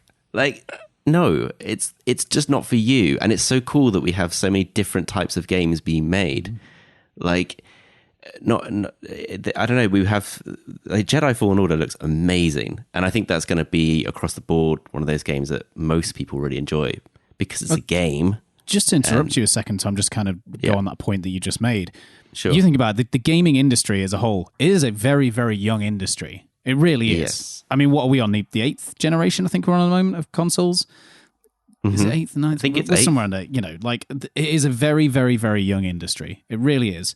And for us to reach the point where you can have games that are so divisive, are so niche, and can be successful, because I think this will still be successful, even though it's as weird as it is.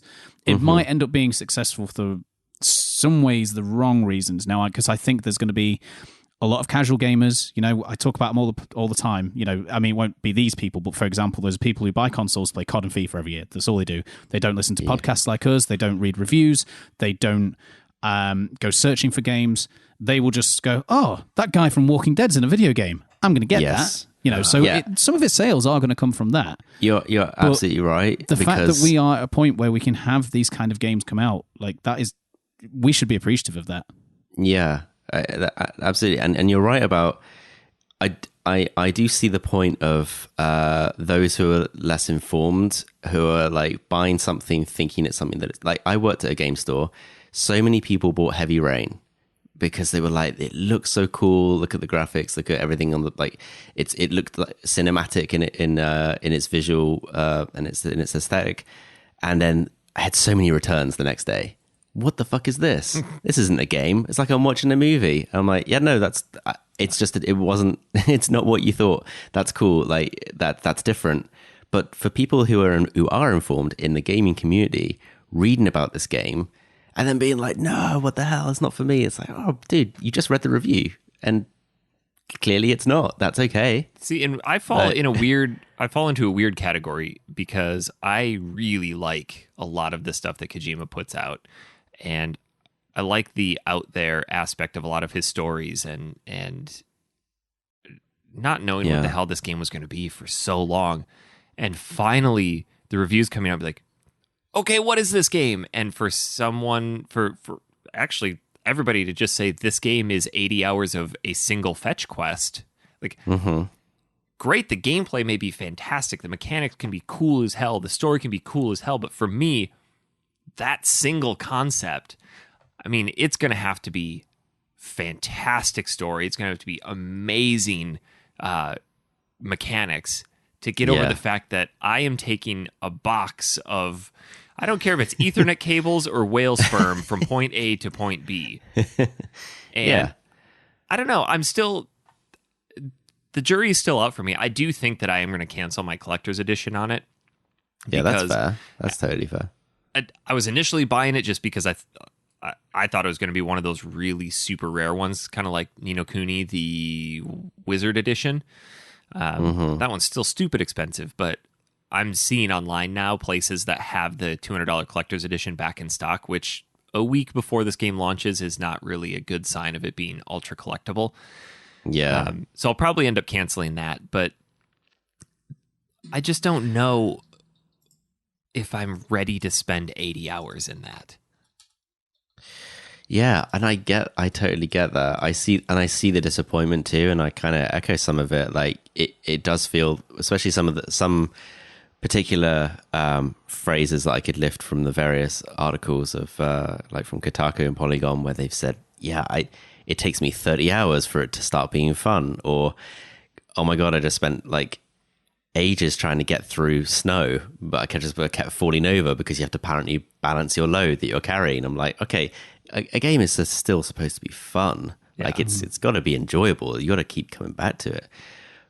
But again, like there's a reason that there's a lot of people who on the other side of it are saying, "Can't wait, this is great," because it's for those people. I think just a different.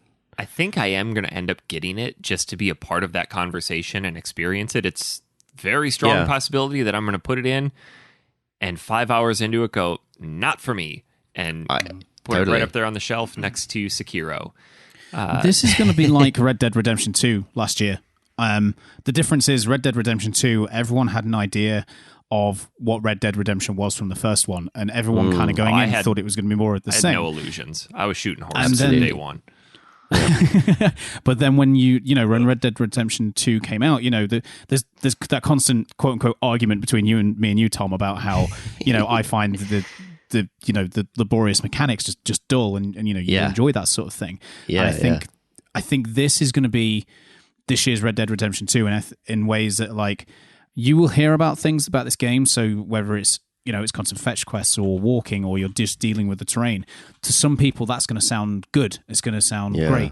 To other people, it's going to be turned off. And I said that I'm confused about whether I'm going to get this. It's because I've read many reviews for this. And this is, like, I'm not the fucking oracle, but this is my advice to people with this game from what I can see from the reviews. If you normally go to one or two different reviewers for games, whether that's to just read the scores or whether it's to read the actual articles. In this instance, I would say read the entire article.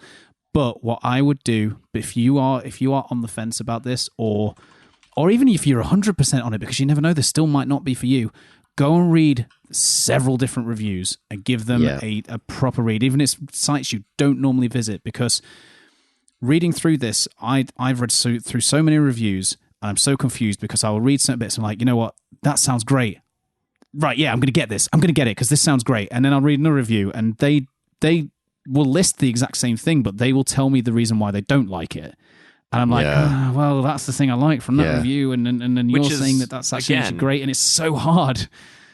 Yes. Which is why, we get into this argument in our WhatsApp chat about reviews and scores. And there are a lot of people who just go and look at a score. And if you go and look at a game and you're like, okay, these three outlets gave it a 9, it's going to be fantastic. But if you ignore the other ones that are like, I gave it a 6, and you don't read the review and generate your own thought and your own opinion based on what was said within there, unless it's somebody that you've been listening to for so long that your opinion lines up shot for shot with generally what they enjoy as a game, and you trust their opinion, you got to find, the truth always lies somewhere in the middle.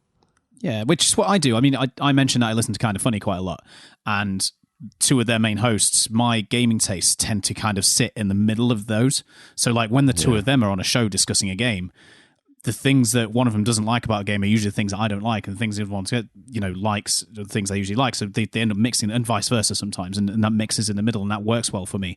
But even with this game, like, I'm having to look in other places. But speaking of scores, I mean, I'm more on board with scores than you guys are, but I'm probably that rare demographic of I'll look at the score, but I'll also completely read the article every single time. Mm-hmm. And the thing is, one of the biggest reviewing websites on the internet, IGN, their reviewer gave it a 6.8.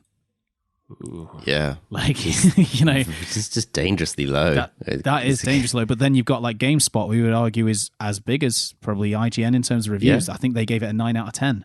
It's pulling you in different directions. But I'm with Eric. Like, I kind of want to get it just to be part of the conversation. And I was like that with Red Dead 2. I only pre-ordered Red Dead 2, I think, like 4 days before it came out. And honestly, the reason you both feel this way, in my opinion, about wanting to be part of the conversation and stuff, is Kojima and his team and Sony have done an amazing job marketing this game in the sense of creating mystique. Like, they have just constantly been keeping the conversation alive, because the fact that we're discussing, like, we've not even played it, but the fact that we're discussing at length about what the game is and what it's about and is it good or bad, this is exactly what they want. Yeah, in some regards. Okay, but I think Kojima on his own still really has yet to be tested.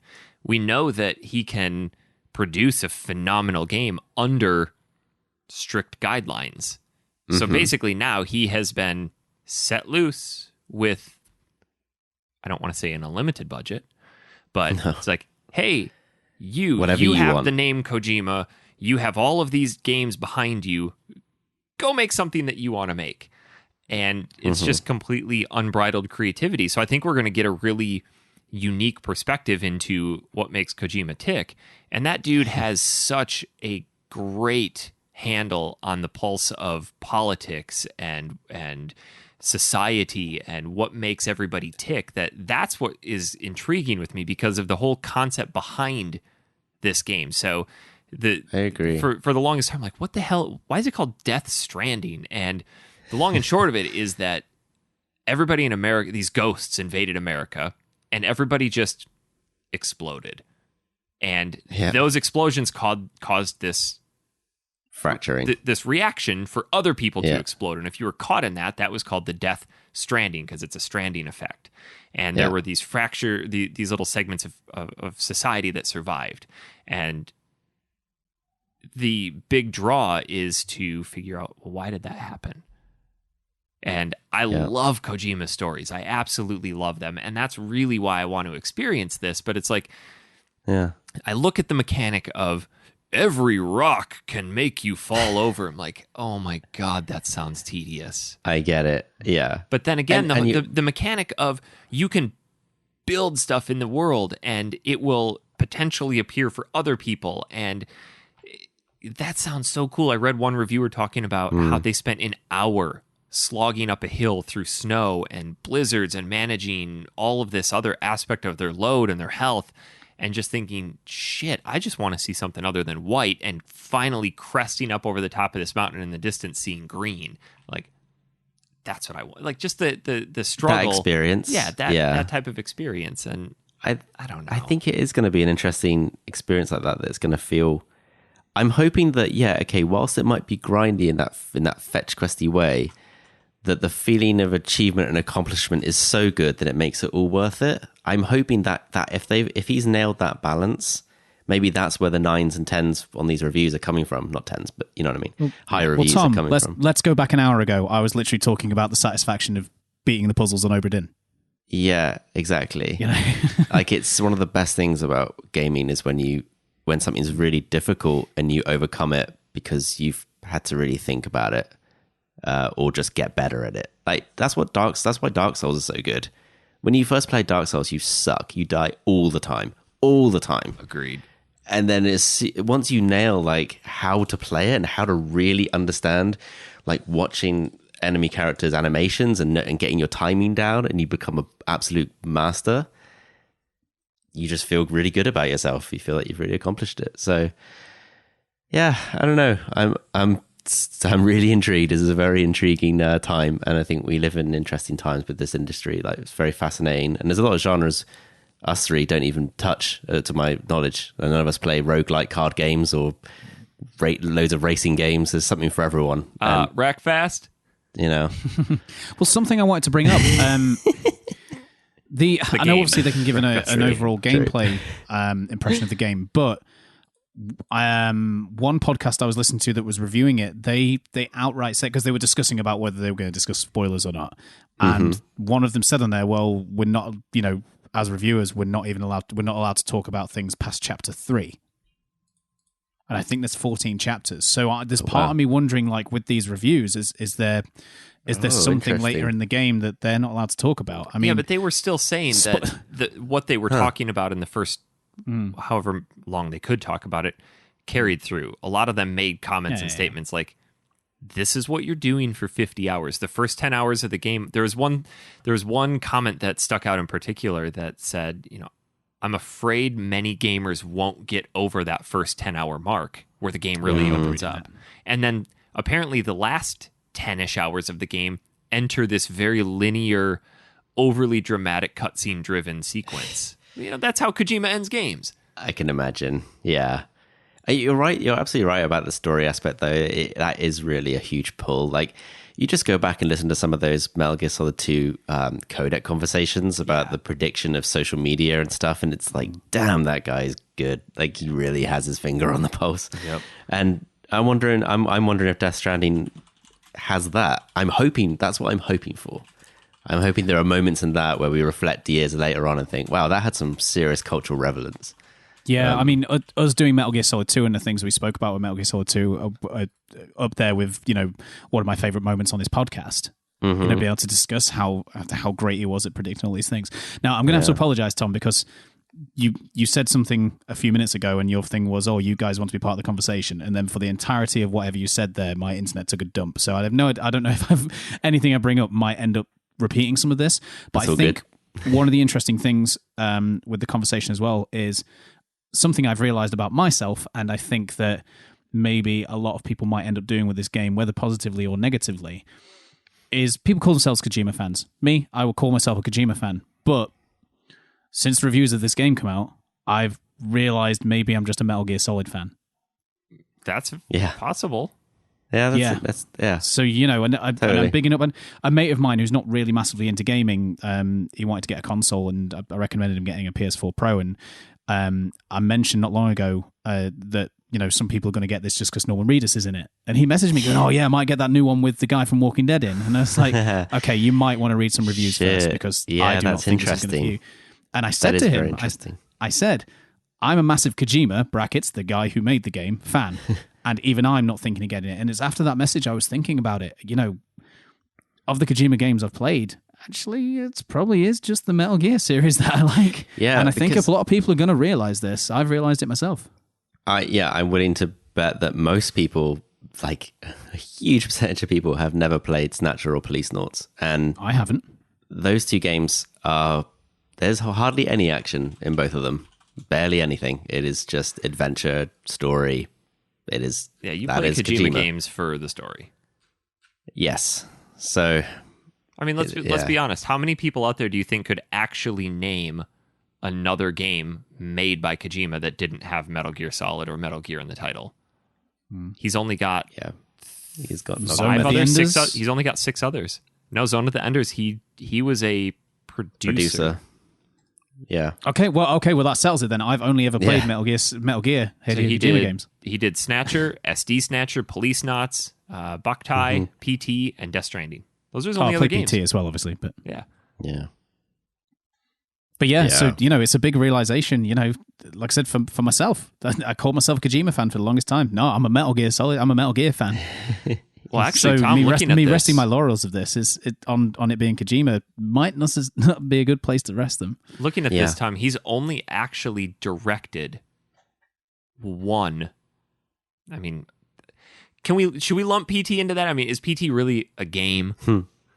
I mean, I'd argue it's a game. He was a director on that, but actually full-fledged, fully released, purchasable games. Only other one he's ever directed was Police Knots. Yeah. He was just a writer and designer on Snatcher. He didn't direct it. Yeah. That's interesting. So this is his first non-Metal Gear game since the late 90s. Yeah, mid-90s. Or mid-90s, yeah. Interesting.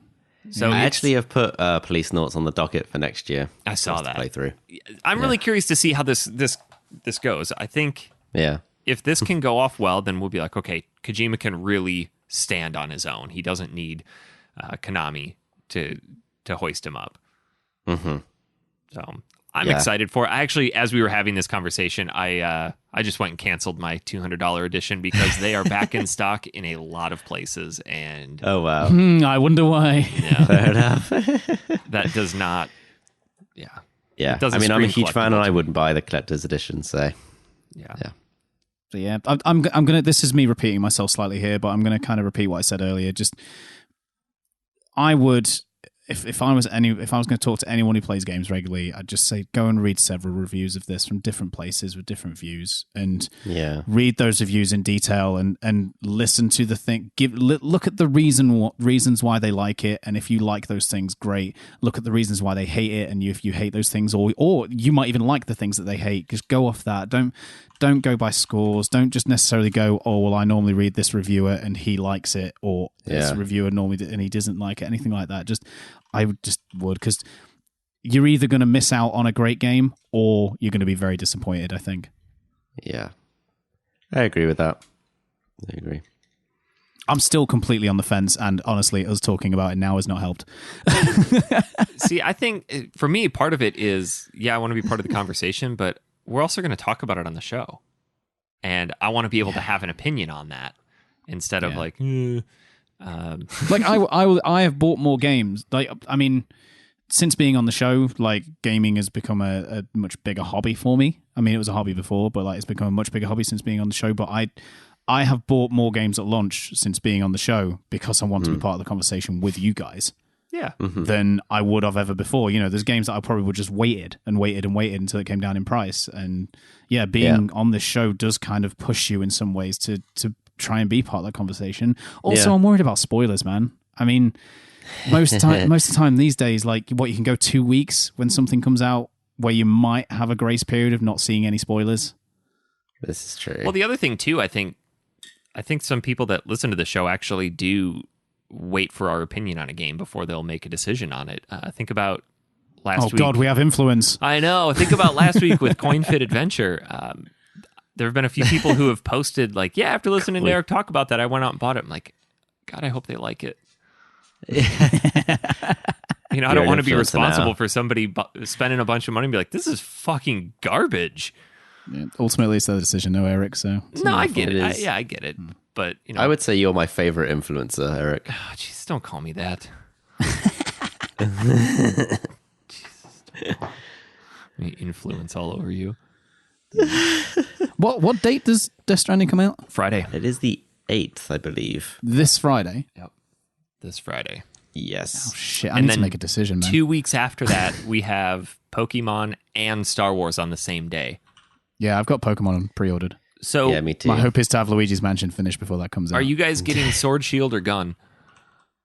I've ordered Shield. I ordered Sword. I'm gonna get Sword as well. Swords are better than shields. Fuck defense. I ordered Shield because the actual Shield Legendary looks cooler in my opinion, and also everyone's going to get fucking Sword. So is that, you is that pretty hipster. typical? Where they'll usually get the first one listed in the grouping of the titles. yes, I've heard a lot of people say they just get whatever the first one is listed, but I tend to. I mean, I've not bought a mainline Pokemon game in ages, really. Not a launch, but like I tend to try and go for the one that not everyone has. So See, like I had blue when I was a kid because everyone wanted fucking red because they had Charmander on the front. Really? Or I Charizard had on the red and all my friends had blue. Oh, it was different here. Everyone. Oh, that's weird. So, as a non-Pokemon fan, I mean, Yeah. I'm a Pokemon fan. I like it. I think it's cool, but I didn't grow up with it. Seeing a game that releases two versions of the same game with just minor differences is kind of an asshole move. Yeah, I mean they used to argue years ago that it was because they wanted Pokemon to be the thing that made you go out. So obviously back on the Game Boy, you had to go and meet up with somebody with a link cable, with the Game Boy, with the other game, to trade the Pokemon to be able to complete your Pokedex. Because obviously there was ones that were version exclusive and then ones that would only evolve when you trade them. So the excuse used to be, well, you have to go and actually interact with people. Whereas now you can trade online. Yeah, I think it's super weird. I remember when they used to do it. There's actually like that with all of them. I think right up. In fact, they've done it with every mainline Pokemon, haven't they? There's a bit X and Y, Black and White, Moon and Sun. Yeah, I would have thought by now they would probably just put them all into one. I wonder if they'll do the same that they normally do, where they release another game a year down the line. It's just a combination of both. Maybe they didn't do it with that. They didn't do it with X and Y. They didn't do it with Black and White because they did Black and White, then Black and White 2. X and Y they didn't do it with. Sun and Moon they released Ultra Sun and Ultra Moon, which were kind of like that third one. Yes. So they sort of did, but I'm not sure. I dabbled in Pitch Black, Pokemon Pitch Black. Oh yeah, that ROM I sent you. Yeah. It's a ROM hack essentially, isn't it? It's just things are they've made it a little bit more of a challenge for because Pokemon's pretty easy. Does it have Vin Diesel in it? Yeah. You're thinking of the movie. Oh. You're thinking of the movie Pitch Black. Damn. This is actually the original DS game. Oh. Does it have Vin Diesel in it? It doesn't even. No, you actually can't get any YouTube or Netflix client on the DS. So you can't watch any of those movies or anything like that, which is kind of a bit of a shame. What was the name of the actress in that movie? She had a really goofy name, like Radical... Nurse Joy. No. No. Officer Jenny. Radha Mitchell. That's what it was. Okay. Got it. Yeah, go ahead. So no Vin Diesel, no Radha. No, but just a slightly modified version of Pokemon Black. Yeah. Are you finding it challenging? Yes, it's actually quite a bit harder. To give some context, to give some context, it basically it's a version of Black where you can catch every single Pokemon that was available at the time of its release in that one game without trading with anyone or anything like that. You can literally, like, it's been hacked so you can catch them all in the wild. But also what it's done is actually made it challenging. So any trainer that you see, you know normally where it says, oh, Tom is about to release Charmander. Would you like to change Pokemon? You don't. They just send out a mystery Pokemon, and then all the gym leaders have really fucking hard Pokemon with really good movesets. And like it's changed, like the changes, like some of the dialogue and some of the characters have changed and things like that. Yeah. Very interesting game. Unfortunately I found it not long after I played Pokemon Black already, so it was a bit like fair enough. Retracing old steps. So I never really played much of it. It is challenging. I remember like always. Leaning into that whole thing where it'd be like, yeah, so and so is about to send out Charmander. Would you like to change? Like, absolutely, I would. I'm going to send out my biggest water Pokemon. Obviously, not having that, it does totally change the game. So it fucks you up, son. Yeah. But yeah, I'm looking forward to Pokemon. I haven't played. Yeah. I never played X and Y or Sun and Moon. So like, this will be the first Pokemon I've played since Black White.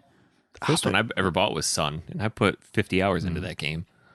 Yeah, I don't know how I'm going to find the time for it. I'm trying to think of because it's just such a crowded area now, like the November month. Yeah, but if you look at it, November has suddenly really opened up. Doom Eternal is gone, and then there's really nothing in December. Unless you really want Farm Simulator 20. I'll tell you what, though, going back to Death Stranding, NPD, I don't think it's going to hit top 5 because, even though it's a Kojima game, because Call of Duty, Pokemon Sword and Shield is going to be classed as 2 different titles. Star Wars. Yeah. And there was something else on the tip of my tongue that I can't think of. That's coming. Luigi's Mansion 3 won't. But there's something else on the tip of my tongue as well. What did you say, though? NPD? NPD, yeah, like the sales numbers for America. NPD charts. But yeah, I don't think Death Stranding will hit top 5. Grand Theft Auto 5 will be there, I imagine. Yeah, it always is. It's there every single It's always time. in the top 10. What but is it? yeah, Every time. What is it? The Grand Theft Auto 5. It's always in the top sale games in America. It has been since 2013, I think. Yep. It's always in the top 10. Always. But yeah, in a month where you've got Call of Duty, a Pokemon game, like I said, which does too, and things like that, I don't think it's going to rate too highly in there, which is going to be a shame. It's a difficult time to come out, really. Yeah. Random fact. I think I read that recently that Grand Theft Auto 5, or the franchise in general, is the UK's biggest, most successful export. Yeah, well, it's the most successful franchise of anything in the world, isn't it? Yeah. It's amazing. Which is ridiculous. Absolutely ridiculous. I know. I don't know what it is. Yeah. And yet somehow Take-Two still don't pay much tax in the UK. Yeah. Well, Fuck I'll those get off my guys. soapbox. Yeah. Yes. We got a surprise game announcement last week. We did? We did. Did we? What? Oh. Did we? Oh. I know what he's thinking of. Oh. You know, don't you, Mike? Yeah. It's a game Do I? Mike wants to play with me. So I think you guys, I would love to see a video of this on a stream or something. You guys are going to play cooperative Diablo 4. Am I? Cooperative so. is in asterisks, quotations, all of the punctuation marks. I have no affinity to Diablo at all. Oh, I've never played it, so That was a washout. sorry. Diablo Tom. 4. Tom, are you looking? Mike just did the classic Alan Partridge gif. If you haven't seen it, just find it, type it in. It's just where he shrugs aggressively. It tickles Tom every time. It's so good. Everyone's got their favorite meme/gif, and that's up there for me. Yeah. No, Diablo So you 4, excited? they have announced it. I am pumped. Right, they released a 9-minute cinematic trailer. Was it Friday? I think so. It was yeah. Friday. And then there was also a gameplay trailer in there too, which looked phenomenal. I about lost my mind when you saw the very first church from, what's the name of the Yes. village? Tristan? Tristram? Yeah, I can't remember. I remember it was on either first or second Diablo. I can never remember. I think it's the first Diablo is that church, because that's where you go in to get into the dungeon every time, is in the church. Yeah. God, I love that series. I never played the third one for some reason. Oh, the third one's real good. Had a really shit launch. Yes, And I then read had about the it. auction house, and yeah, Yeah. I took a day off from Yeah. work and then couldn't get signed in at all. Yeah, Servers were Jason all Schreier's fucked. book, Blood, Sweat, and Pixels, has a good passage on Diablo 3's launch. Yeah. I didn't realize how bad it was, but it was really bad. Not good. There is just something about a dungeon crawler that gets me. You ever tried them, Mike? I think we actually spoke about this not long ago about Baldur's Gate, but I'm just going to ask you again anyway. Yeah, no, it's not something I've ever really dabbled in, to be honest. Fair enough. I'm excited for you to try Baldur's Gate Dark Alliance next year. Yeah. Didn't we discuss that it falls over either... What date is it that you've got it for? I don't know. I think it either falls over my birthday or mine and I'll- Hazel's anniversary or then I Oh, will it's a something perfect like birthday that. present. Yeah. Have her play with you. It's 2-player. Yeah. We have it next year for... I don't even see it. Here it is. May And if 17th. you- Or, I'm sorry, if May you guys 3rd. play together. Yeah, that's literally the day after Hazel's birthday. So. Well, then I will move it to 3 days after Tom's wedding. No, I'm just kidding. I'll find a spot for it, but I want you to play it with us next year. Okie dokie. So, yeah, I really enjoy Dungeon Only if Crawlers you and- play that game that you're wanting me to swap out. Fuck that. I want to play whatever that is already. And I don't even know Go what it ahead is. and delete it. You do know what again. it is. Oh, I think I do. It's There so you go. bad. Yes. It's so I want to play that too. No, you don't. Don't lie. Nobody wants to play that. Dude, it's It's so an important bad. game. It's an important game. Yeah, importantly We're going to have bad. to reveal it on the show at some point, but I'm enjoying the mystery. It was great in its day, horrible now. Just type in Joyride on YouTube. It's about as pleasurable as a sliver. What? What? Oh, Yeah. dear. Yeah, well, excited for that. Yeah. Looking forward. I mean, they gave us no information on No when information. or where or what. I imagine it'll be late next year.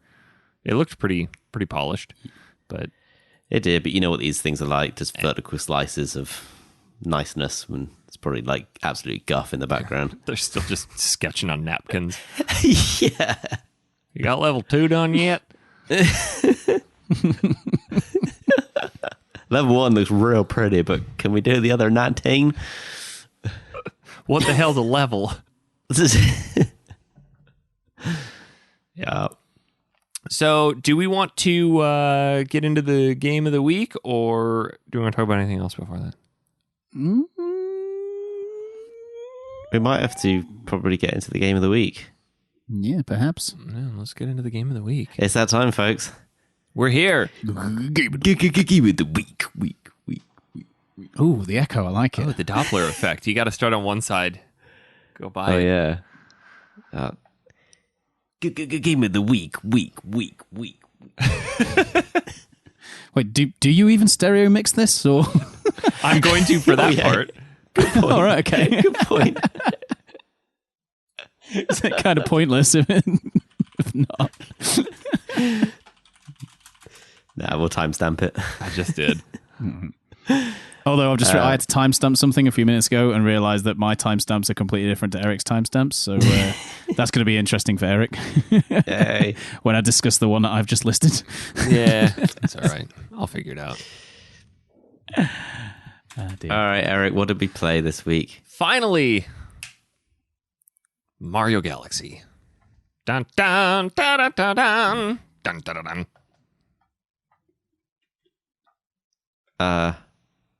You kind of Super put Mario Galaxy. Stop at the trails there, Eric. Super Mario Galaxy. Sorry, you Super threw Mario me because you Galaxy. just said Mario Galaxy. Oh, sorry. I didn't know that the super was that It is critical to you important. understanding the game we're playing. It does. Oh, sorry. Should I redo it? Yeah, Yes. go on. Yeah. What did we play this week? Super Mario Galaxy.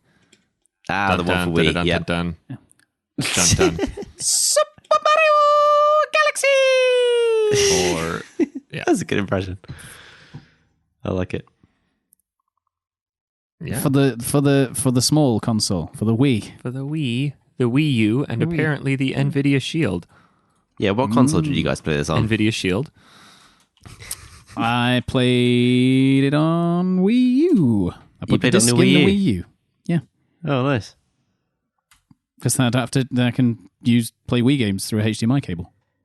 A little fun fact. I think this is the first Wii game I've ever played, apart from Wii Sports. Really? Yeah. For a small one. When I think about it, we used to go to like house parties, and as usual, everyone's got a Wii back in 2008. And Even my grandparents. someone's playing Wii Sports, bowling, golf, the whole 9 yards. But this is the first game I've ever played, like sat down and properly played a Wii game seriously, which is Interesting. crazy. Yeah. Now I think about it. What the hell were you But in the the late Wii- 2000s? The Wii gets a lot of shit because of its shovelware and stuff, but there are It does. some great games on there to just sit down and sink your teeth into.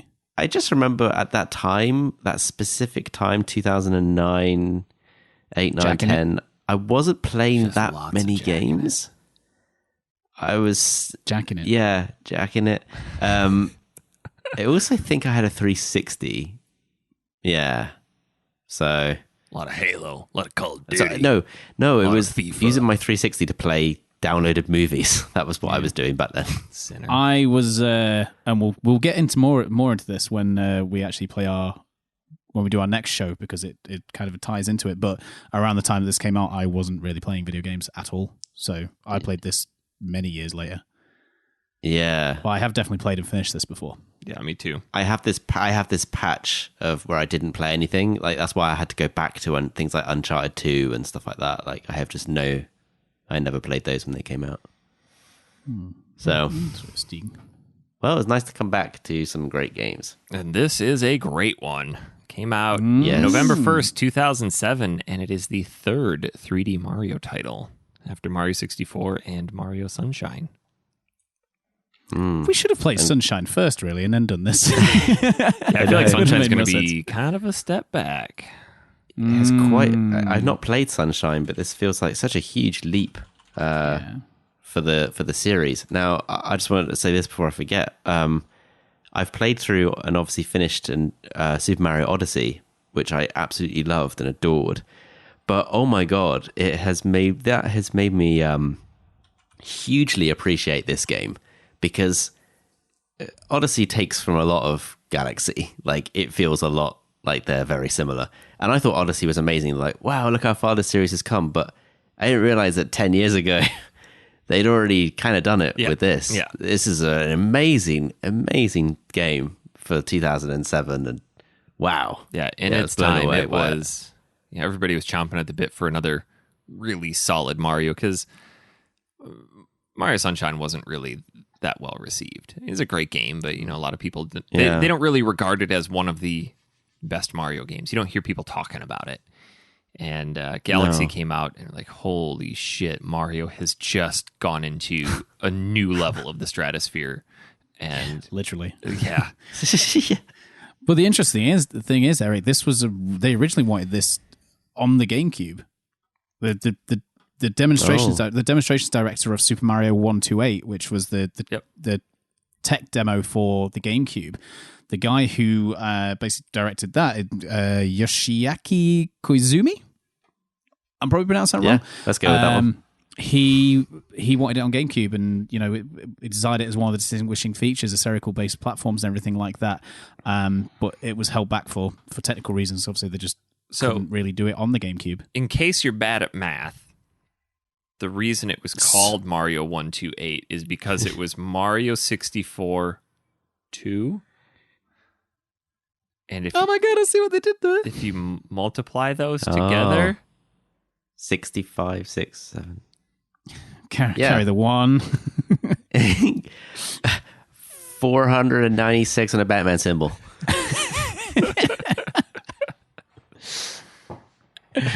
they should have just gone with Mario 64 2.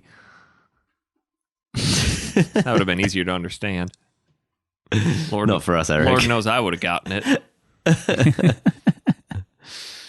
But yeah, it ended up just being, Mario 128 was just a perpetual tech demo of a bunch of Marios on a sphere.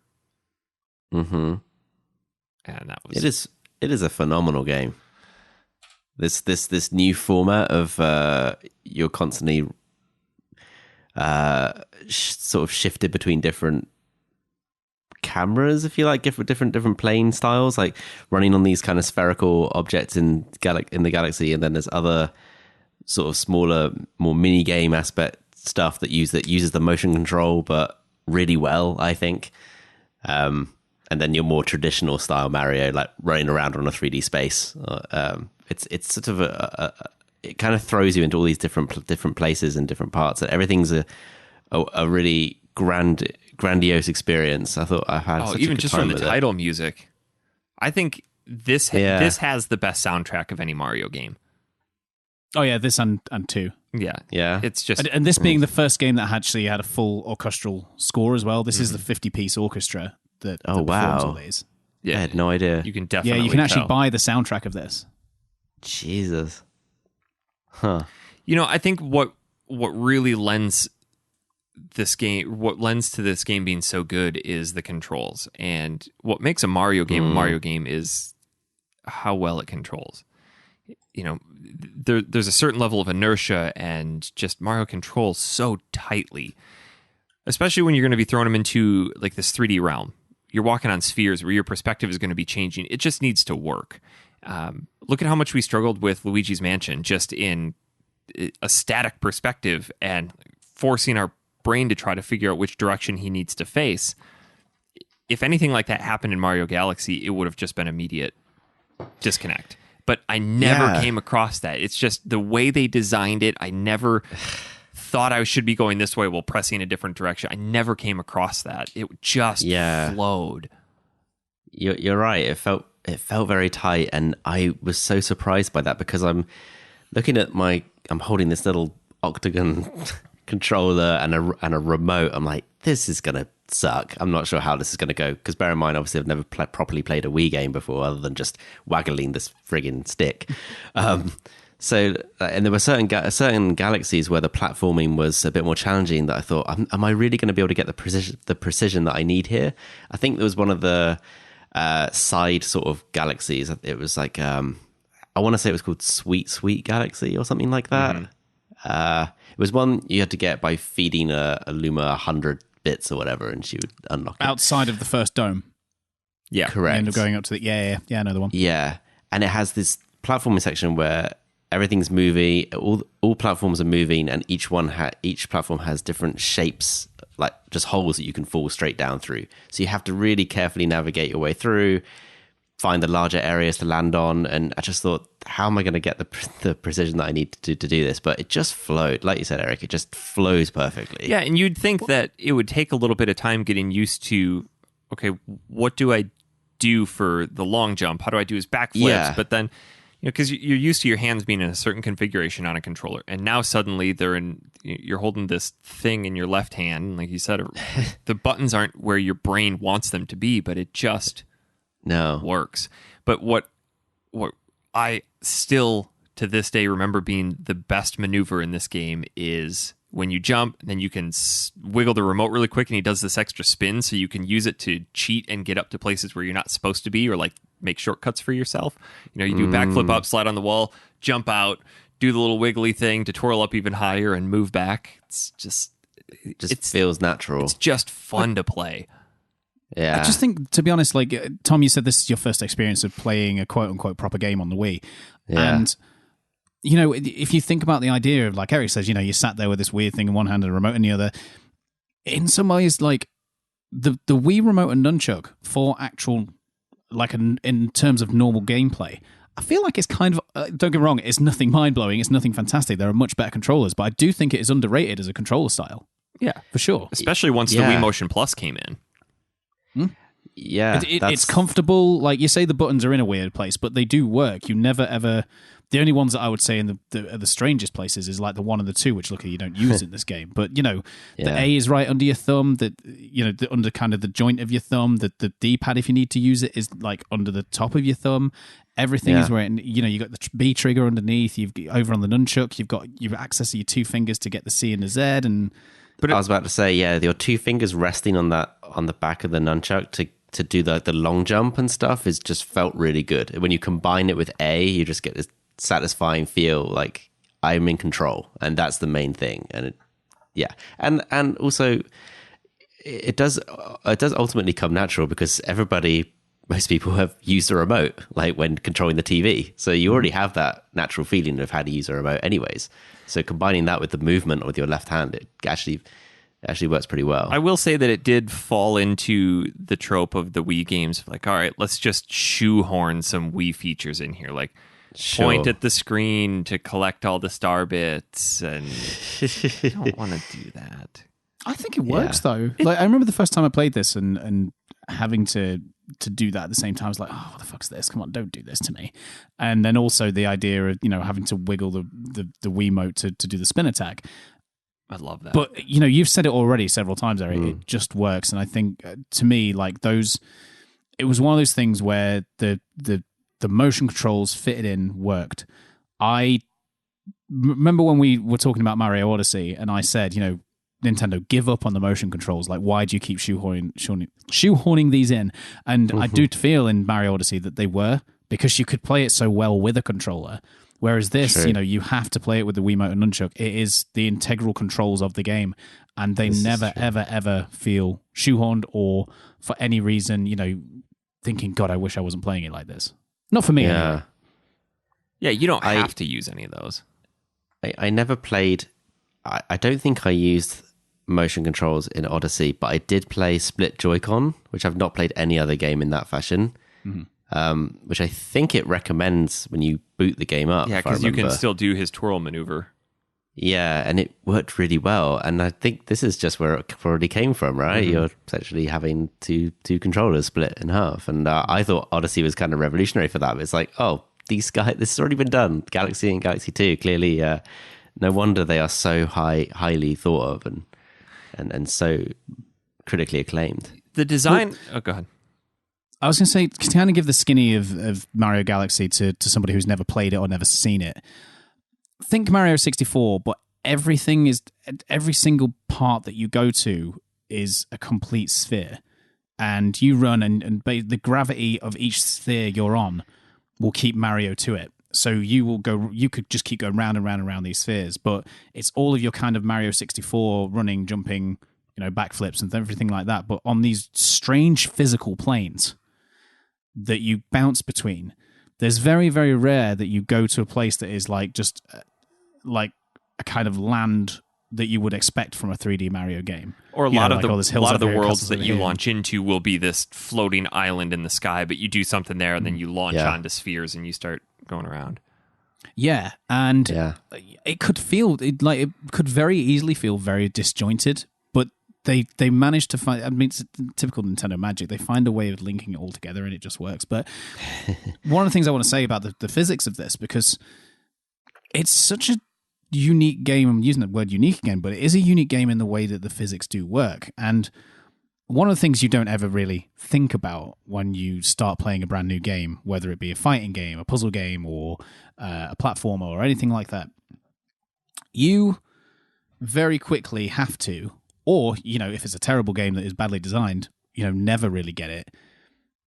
Every single video game world that you go in, no matter what it is, you are adhering to that game's world's physics. How the gravity feels on your character, how you move through an area, how the weight of something feels when they pick it up and things like that. And the way that Mario Galaxy, just from the moment you start playing it, you're adhering to these strange gravitational physics of Mario being on these spheres, and it never feels odd. Mm-mm. It's so strange. That first time you do a backflip right from one orb and get pulled up onto the one above it, like, okay, I understand this now. Yeah, totally. Or when you're on a really small tight sphere and you go to do a long jump and he just kind of like curves around it like a satellite. Yeah, I love it. That's so cool to watch. It feels good. The controls always feel good. And you're right. You just accept it. Yeah, you're absolutely right. Yeah. The other thing, I love that. I love that you say that thing about when you pick things up, you kind of feel the weight of it. Like it becomes kind of realized in your head. You're like, this is making sense to me. It's all. I don't feel lost or disorientated, because it's amazing how they managed to do that, because that's quite a bold move to decide to have Mario run on these spheres and change the camera around, because you could easily think that could be quite disorientating. Or, okay, what's forward now that I've come around? Like, what if I jump? What's going to happen now? Like, but they just make it work so well. They've really put a lot of thought into it. It's very impressive. Well, Eric mentioned it a few minutes ago about Luigi's Mansion's controls, and it is, knowing what direction you're going to press, even though you're going around the sphere, and you never question what is forward and what is left and what is right. And, we had that trouble with the tank controls of Luigi's Mansion just last week. Yeah. Oh, those controls were bad. And I think it's going to be interesting because obviously we're relating this back to Sunshine, because Sunshine was we've done Mario 64 on the show, and we've discussed Odyssey, and Sunshine was in between 64 and this, and I booted up Sunshine for about 10 minutes when I first got my GameCube controller, just to test it and also to make sure Mario Sunshine worked. And bad news, guys, inverted C stick. So get ready for that when we play it. Can you change it? I don't think so. Eric's so worried face. Can we change it, please? Look, I'm emulating that one. What about playing it on the proper hardware, Eric? I'll buy the game and put it on the shelf so I own it, but I'm Zing. probably gonna... Oh no, I wish you hadn't told us. Well, you got a while to prep. Yeah. Not a fan. This game also is the first time we meet another major female character. Rosalina? Yeah. One of my favorites, actually. I like her. I always wondered where she came from, because obviously she's in Smash Bros. And I thought, well, I don't know. I have no idea. Did the star not give it away? Yeah. Yeah, because he always gets stars, doesn't he? Yeah, you know the tune. You know the one.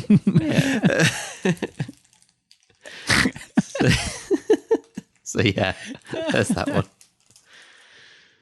But yeah, Rosalina, she's kind of central to the plot of this one in a way. So you start off the game and there's a festival going on at Peach's Castle.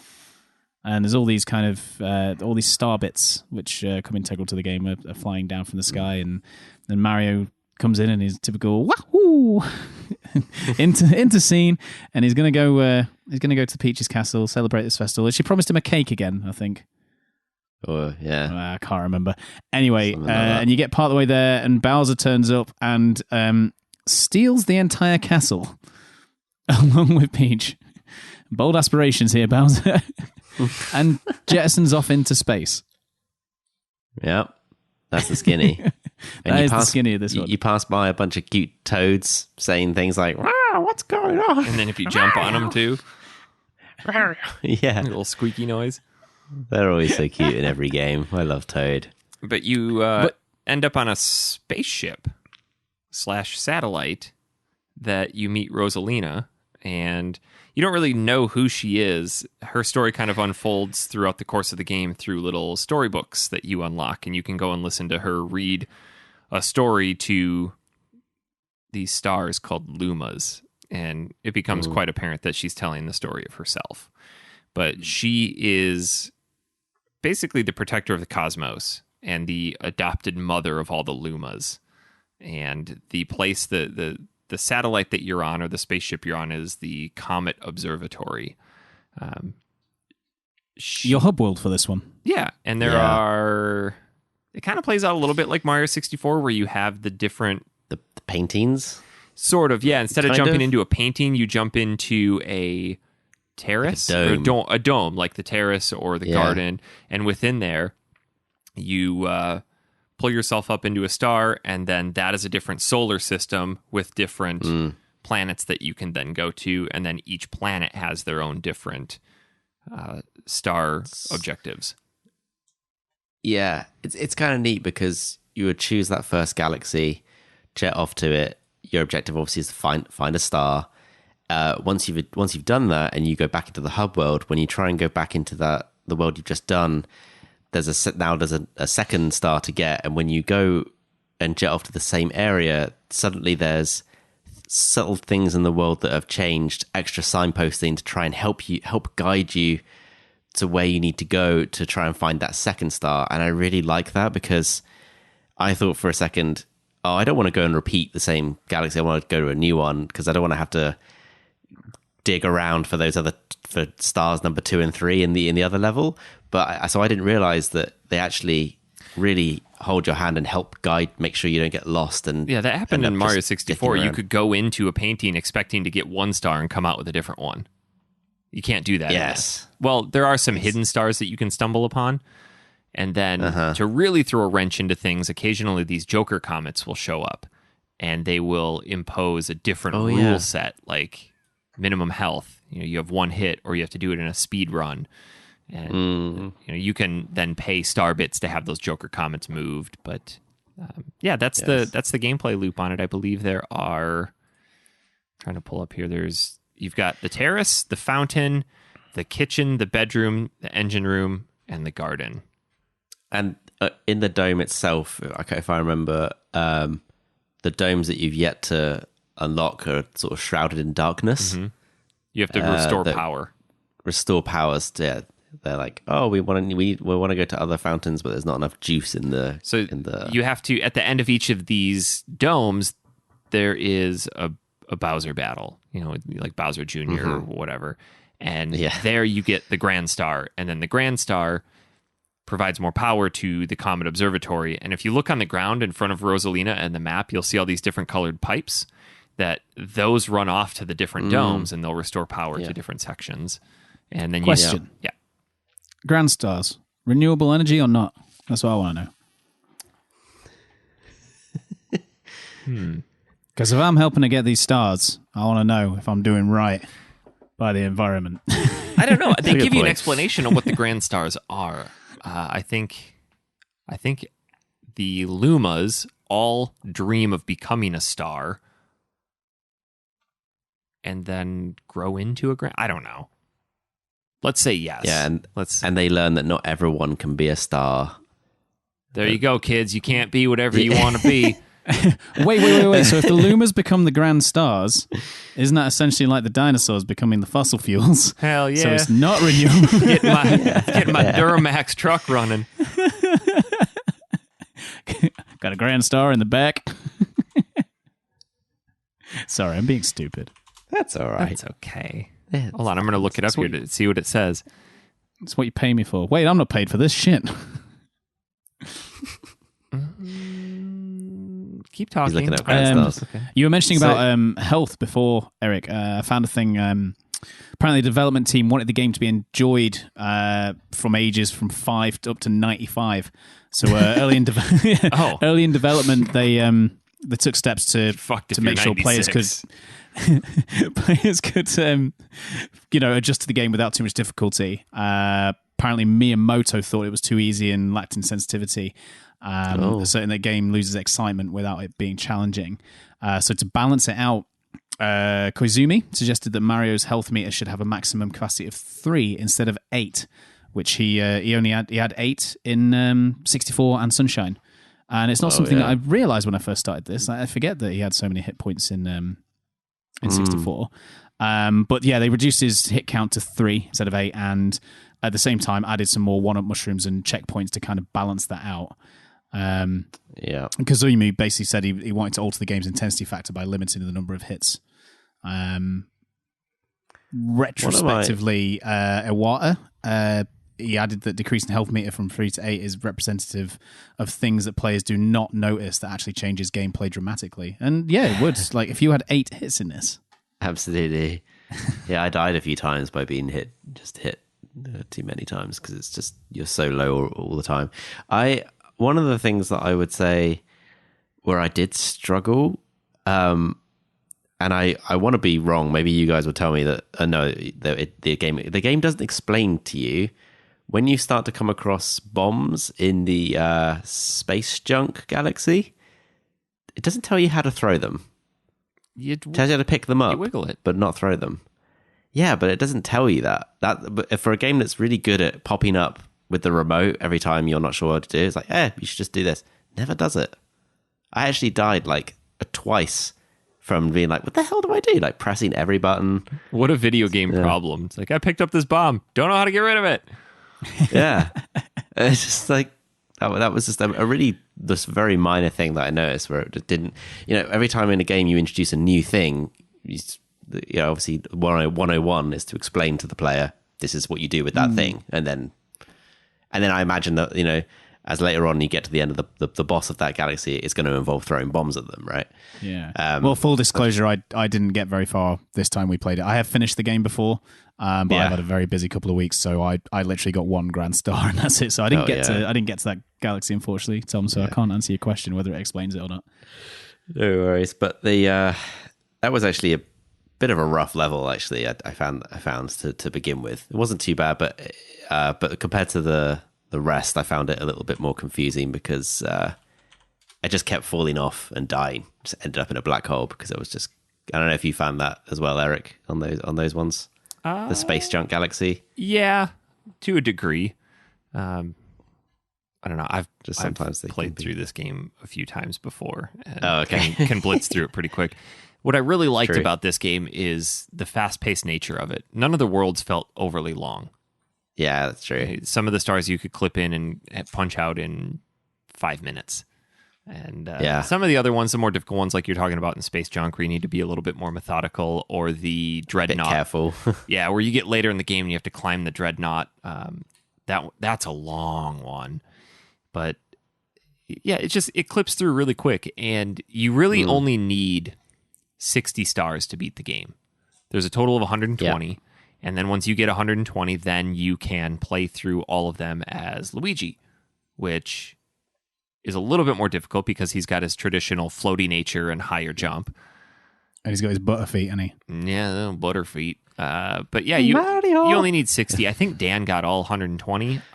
Did he actually? I think so. Yeah, I think so. Good Lord. In between beating Last of Us again casually and, I ended at like 75 or 80. Maybe 90. I don't remember. It definitely wasn't over 100.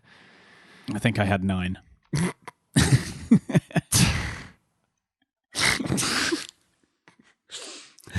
That's amazing. Good effort. Good effort. I just haven't had time. Well, the thing was, like, I haven't really had time to play this the past couple of weeks. And then yesterday I was like, right, I'm going to sit down and play a bit of Mario Galaxy. And I got that Grand Star and I did a couple more levels. And I was like, at this point, like, I am not going to get any further that is going to enhance what I've got to say on the show. Yeah. I think so. What's the point? Fair enough. At this point. And you had finished it before, so you know the deal. Exactly. At least I didn't just go and watch it on YouTube like Dan. Maybe that's how you got 120. Yeah, maybe.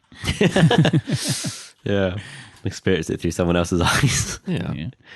Did you end up finding out about the Grand Star, Eric? You look like you were researching, but it doesn't. No, I thought there was a comment made by one of the Lumas at some point that talks about what they are, but I couldn't find it.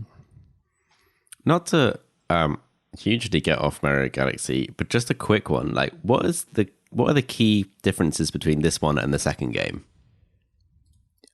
Yoshi. Yeah. Oh, okay. That's it. Basically, Mario Galaxy 2, it started off as not DLC, like DLC is the wrong kind of term, but it was basically an enhancement to Mario Galaxy 1. And then it is more of the same, but it is still fantastic. I'd say it's a bit more challenging, actually.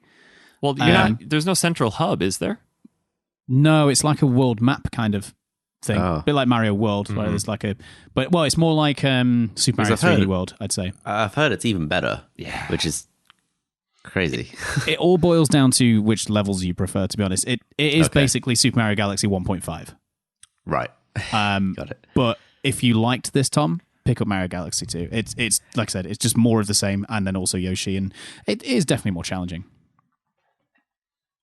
He's already got it. Look, he's already got it. Oh, didn't we send that there to he you? Is, as Yoshi. Eric and I think this one has 200. Mario Galaxy 2 has 240 stars. Well, yeah, so does this one technically. Once you get all 120 with Luigi. Cloud Mario, Rock Mario, Blimp Yoshi, Dash Yoshi. Nothing about stars. Oh. Has it got Butt Rock Mario? No. We should talk about the power-ups in this, because I remember jumping through, like, I don't think this game has any power-ups to it. You know, your traditional Fire Flower and all that. And then they came up, and I forgot in this that they're all time-based, with the exception of the bee and the spring. Yeah, well, the thing that I don't... And this goes across all of the 3D Marios. And I think I might have mentioned this when we did Mario 64. That I don't like how the power-ups are situational for the most part. So, like, in this, you get a Fire Flower for a limited amount of time, and you get the Fire Flower specifically to get rid of an obstacle that's in your way. You get the spring in this because there's areas that you have to spring to. You get the bee because you have to fly in these points. Whereas, old school 2D Marios, you got a power up and then that enhanced what you were doing. You never actually needed it. It just enhanced what you were doing, or you could access secret areas and things like that. And the situational aspect of power ups in 3D Marios always bug me. And that threw me actually, because I'd just done the level where I think you get the ability, or at least in that galaxy you had the ability to turn to a bee and have the fly mechanic. I love that. And I thought, cool, that's great. That means I can go back to the first galaxy where there was a third star I needed, and the ability to propel onto the next area was on top of a house that I couldn't jump up to. So I thought, oh, surely I just need to go to the other galaxy, turn to a bee, or get that power up and store it somehow, go back to the other galaxy, and then enforce the power up. But obviously, you can't do that. So I was sort of like kind of stumped on that one for a while. I thought it was a shame that you couldn't carry that forward to other areas and combine them and try and, a bit like with Cappy on Odyssey, where you can like, have other abilities. But yeah, there's Bee, there's Boo Mushroom, where you turn into a boo and it gives you the ability to fly around. And if you shake the remote, you can clip through objects. You got your Fire Flower, your Ice Flower, your Rainbow Star, your Spring. And then this time around, I stumbled upon the Red Star, which gives Mario the ability to fly for a limited amount of time by spinning. But I never came across another point in the game where I got to use that other than the level in which you get it. I don't remember that one. Yeah. But I also completely forgot about... which one did you just say? What did you say? Bee, Ghost... The Spring. Yeah. Ice, what else did you say? Fire, Boo. Yeah, it was the ice one. I completely forgot there was an ice one. The ice one is really cool because he turns into, obviously, he doesn't shoot out ice, but he turns into ice, and then as he walks on water, it turns into ice, and he can skate across it. And if there's fountains that are spurting up, you can jump on top of that and use those to get up to higher areas. To put a positive spin on what I just said a moment ago about the power-ups being situational, because I always like to try and bring positive side of things as well. I think it speaks volumes to Mario's moveset and his abilities as standard Mario in these 3D games that the power-ups can be situational. Because you've got something like Mario 3, his standard moves are, run, jump, that's it. And you get the power-ups and then you can play the game a different way. Whereas there are so many things you can do with 3D Mario, and it's amazing that so many of them were standard in Mario 64 and have carried through to games like this. I mean, I've not played Mario Sunshine properly, so I don't know exactly how they are on there. But even a lot of these moves have still they've stayed all the way through to Mario Odyssey. That's things a good point. that you just get used to the fact that if I'm running and I press crouch and then jump, I'm going to do a long jump. As someone who's played 3D Mario's, that's just ingrained into you. I know if I hold down crouch, I'm stood still, I hold down crouch and I press jump, I know I'm going to do a high backflip. Or I know if I jump on this wall, I'm going to be able to wall jump my way up. Yeah. Or if you jump and then as soon as you land, jump again, and as soon as you land, jump again, I'll do a third higher jump. And I was like, I remember doing that with the big blue A button on the N64 in 1997, and I'm still doing it in 2019 and then trying to Odyssey, get the timing right so that you get the maximum height and distance off at of the it. place you want to go. Yeah. No, you're right, Mike. It's like timeless how they've stuck with those controls and they've kept Mario's abilities in the 3D space and modern games to be the same. It's really neat. Well, and that's the beauty of Mario, though, is that he transcends generations. Well, you take the from that same time frame, you take someone like Sonic the Hedgehog, who we've said many times has aged so fucking poorly, but his jump into 3D, into 3D gameplay, he's had so many different kind of.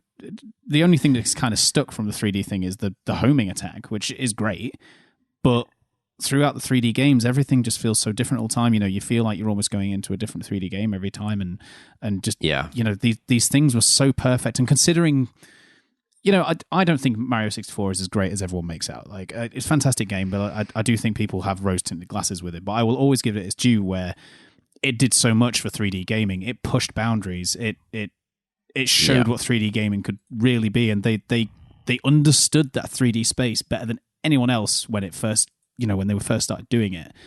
And considering all of the moves you are still doing with Mario in these 3D spaces, the ones that they did all the way back then when they were experimenting just shows how great they were. Yeah, that's so true. I'll never forget when I had a PlayStation and we didn't have an N64 until way later, but we had obviously had Crash Bandicoot, and the original Crash Bandicoot, you're running either towards the camera or away from it with a couple of side-scrolling levels, but it was very linear, and I enjoyed it. And I remember my brother coming home one day, and he was saying, "Oh, my friend's got an N64, and we just played Super Mario 64." And I said, "Oh, what is it?" And he's like, on Crash Bandicoot, and you're just running away from the camera, and there's like fences either side. He was like, "You can jump over the fence." And I was like, "No." And he's like, "Yeah, it's amazing. It's amazing." And I was just in awe of that. And then he brought it home. He borrowed the console and the cartridge, and we played it, that first bit when you're in the field around the castle, and we just going into like the water around the castle collecting coins. I'm like, "Are we even playing a level right now?" He's like, "No, we're just we're just sandboxing it. We're just free roaming. We're just exploring this world together. I was like, that's amazing. And yet all of that is stuck through time, through to, I can't call Mountain Sunshine, but Galaxy all the way through to Odyssey. It's amazing. Well, and you're right, though, Mike, that Mario did set a lot of 3D standards with that game that, has kind of just become the industry staple for like, okay, this is just how this is done because it worked so well. Similar to your point, too, I got an N64 and a PlayStation 1 the same Christmas, and my mom also bought an N64 for Mario. So I have a lot of really fun memories of her and I playing through Mario 64 together. And it's just one of those where you don't have to do anything. You can just hop in and run around and explore and have fun and just be in the game. Yeah, absolutely. But I think as well, pushing boundaries again with Nintendo and 3D Spaces. I mean, no one's really... This whole kind of spherical thing that they do with this, I was reading some things earlier, and that they came up with the idea before they came up with the prospect of Mario being in space. And it was from having the idea of the almost like small planets for him to go around. And then they moved on, they came up with the idea, well, how are we going to fit this into a game? And they were like, Mario in space. Hell yeah. Fitting those mechanics they've created with Mario that, we've just been gushing about, they're then adding them into this almost kind of no gravity area where you only, stick to the things that you're supposed to. And there's some boundaries there that they've pushed as well. Yeah, definitely. I didn't find too many of the bosses to be horribly difficult. It just took a little while on some of them to figure out the mechanics for it. Like the very first one you come across, the Dino Piranha, teaches you the frequently used mechanic of hit something into an enemy using your spin attack. Oh, yeah. But your major ones, you've got Dino Piranha, Mega Leg, Mecha Bowser, Bouldergeist was kind of a pain in the ass. King Caliente, the fiery octopus, was a ton of fun. Kamala, Bowser Jr., and Major Bowser, I think, are your biggest bosses. But then you've got other things like your Top Maniac, your Tarantox. There's such a wide variety of enemies in this game. It's just so, it's just so unique. Everything feels so like fresh the first time you play it. At least for me. I haven't played it in probably 10 years. Yeah. So to jump back into it and just it's cool. like muscle memory. Like, oh my God, this game is so good. And I did play it in a Wii U through HDMI, and it definitely looks way better through HDMI. And for sure. But one thing I did say, I said to Hazel when I booted this up, I said, we are definitely spoiled by HD gaming these days, because this game is beautiful. Do not get me wrong. This game is stunning. But everything has this weird kind of jagged edge around it, doesn't it? Yeah. And that is the only when looking at it, it's the only thing you think, you know what, that's such a shame. Yeah, but this came out 13 years ago almost. Yeah, Oh, no, I'm not slating it. Like I said, the game is absolutely stunning. I'm saying it's our fault. We're spoiled by HD gaming. We really are. Yeah, definitely. Did you guys enjoy the those kind of like mini gamey kind of galaxies? I really liked them. The one where you're running on the sphere on like a kind of golf course, and you have to use the motion control to kind of like the Super Monkey Ball thing. Yeah. I love stuff like that. That the one where you're holding the stick vertically? Yeah, vertically, and then you forward to push forward, and it's sort of like a lever. Yeah, forward and back. Usually like a joystick almost. Yeah. I remember. But it's cool because you have to collect the coins around the edge and then go down the hole and round some rails. It just feels like a fun experience. It's just neat. Yeah, so you mentioned before you collect these star bits as you go throughout the game, and there are these Lumas that are tucked around the Comet Observatory that ask you for star bits to feed them, and some of them are like, I need 100 and I need 500, and some are like, I need 2,000. You're like, well, fuck you, I'm not feeding you. But when you feed them enough star bits, then they transform into this little star that you can hop into, and it fires you off to a hidden galaxy. And those are just secondary stars. I mean, you touched on it when we started talking about the controls at the very beginning. I was discussing this, but interesting thing about the star bits is when you're pointing the Wiimote at the screen, as well as using everything for the standard controls of Mario, with the infrared part of the the controller, you're also controlling this star that's moving around the screen, almost like a mouse arrow. Yeah. And every star bit that you point that towards, you will collect. So, Yeah. like, if you see some in the distance, you can just collect them. You don't have to go up and collect them with Mario. You know, you see some on a tree, you could get, like, some of them nearby. Like, I'm just going to go with the little star. But then you can also fire the star bits. So, like you said about feeding the Lumas, you use that to fire them. But you can also fire at enemies to stun them. So, with Mario 64, you had the choice of, like, punching them or jumping on them. And in this one, you've got, like, kind of several ways you can approach the enemies. So, obviously, some of them you have to do certain ways, but there's the spin attack, which we mentioned. You can jump on them. And then usually a lot of them, when you do spin them, you either have to jump on them again or it will run up and kick them. Or you can actually fire the star bit at them to stun them first as well, which usually, you know, gives you an advantage.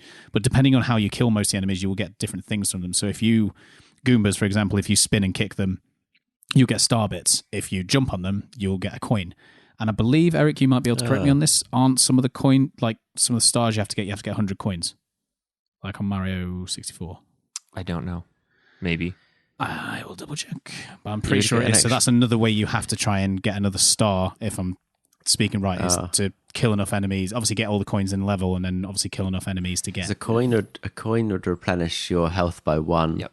Yes. I think, and the stars, yeah, you could feed them later on or just use them to stun, like you said.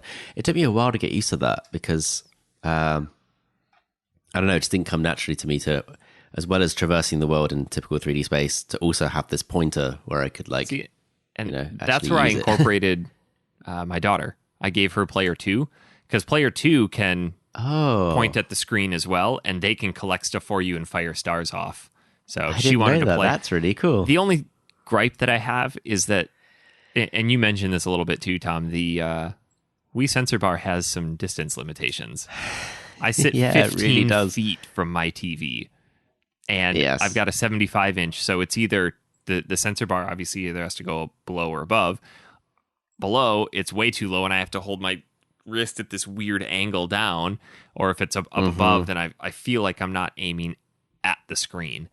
But she would stand off on the side and point at things, and then obviously waste all my star bits trying to fire things. But I've just looked. There isn't stars collecting 100 coins. I'm making shit up. Sorry. Are you changing it in the settings when you're putting it above and below, though?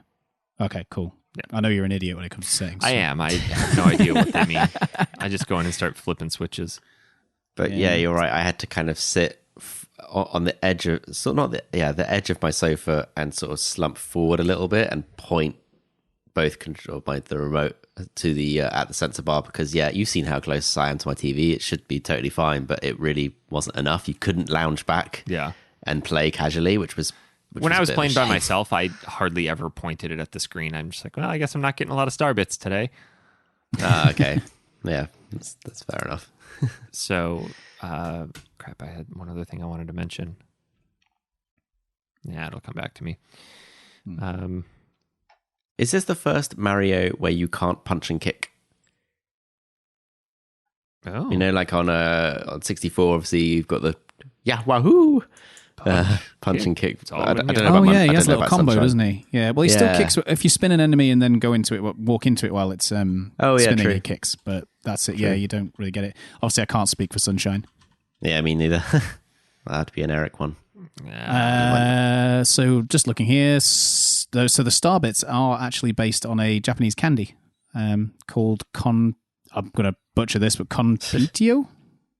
Yeah. I could be pronouncing that wrong completely. I'm going to look at this. Look at this candy. Well, I would ask you what your favorite galaxies were, but seeing as how Mike got 9... Well, you've beaten this in the past. Yeah, but because I played 1 and 2, like, they do mix them kind of overlap. Yeah. I remember in 2, this is kind of a bit of a tangent, but I remember in 2 there's one that is... it's a galaxy that is it Thromp's Fortress in Mario 64? Yeah. It's like a kind of remade version of that, which is cool. Mm-hmm. But I definitely know that's 2, not 1. I like going through the galaxies with the Joker Comet that is the speed time trial on the ones that have the thwomps, because they make this really throaty guttural when they land down, and when it's going through the speed level, that's all you hear is ugh, ugh. It's such a violent level. But let's see. I can't remember which galaxy it was, but there was one particular area I liked where you were kind of going. You were in a capsule shape, and you're kind of going around like a spiral to the top of the capsule. And as you're going around, the gravity is changing based on the direction of the arrows. Oh, yeah. So you're having to, you jump and then it'll flip and suddenly Mario's upside down and everything's kind of inverted. And it kind of threw me, but just because of such clever design, it was fun and challenging at the same time. So there were the ones where you're side scrolling and the gravity on the ceiling would pull you up or down, and you'd have to be careful if you're on the ceiling how high you jump so that you don't get sucked into the gravity and pulled off. Thought that was cool. Which kind of reminded me of like those bits in Odyssey when you go through the pipe and suddenly flips to 2D old school Mario style. Yeah. Like, kind of reminded me a bit like that. Not quite. There was a neat racing one where you're on the back of a Stingray. Did you? Oh yeah, the surfing one. Yeah, what a neat little level. I love it. It reminded me of Wave Race 64. Yes, me too. Yeah, that was the penguins, right? Yeah, it was just it wasn't even on that level. It wasn't even on that world, but it was a different galaxy. It takes you into this like infinity symbol in the sky. Yeah, it's really neat. I really like the ghostly the galaxy. The water is just like suspended there. What's that? The water is just like suspended there, isn't it? Yeah, it's just like in blocks. I liked the ghostly galaxy because it was a nice little homage to Luigi's mansion. You find him at the top of the mansion, and he then comes back to the Comet Observatory, where if you go and talk to him, he's like, hey, I'm going to keep an eye out for other, I think they're the green stars, or just some other star within a level. And in the very first galaxy, what's that one called? Good Egg Galaxy, he'll show up on the top of the roof and point you in the direction of a new star. Good Egg Galaxy made me laugh. He's a good egg, he is. Fucking hate the Sling Pod Galaxy. Is that the one that Juliet posted about? Juliet was playing as well? I hated that one. So occasionally you'll be floating off in space with no gravitational pull, and there will be these blue stars that you need to point at the screen, press A, and it'll pull you towards them. But you'll need to let go of it so you can slingshot past it and grab onto the next one. So you get into... I remember enjoying these. You get into the section where you need to be very precise in your movements because there are space bombs, and if you just nick one even a little bit, it blows you up and you die. And I have no patience for things like that. Like, fast as I can! Trying to skip corners and... Away we go! Yeah. But then there are also these things where they look like spitwads that you get stuck into, and then you have to pull them back and kind of like line your shot up like you're slingshotting them towards something else. I missed on those so often. Damn, son. Damn. Got to get some patience. No, I really... The game is meant to be played. If I had to pick a favorite galaxy, it's probably... Milky Way. What's that? No, don't worry. I was just being stupid. I said Milky Way. Yeah. I like the Dreadnought Galaxy. Solid Caramel Galaxy for me. Caramel. It's a UK chocolate bar joke.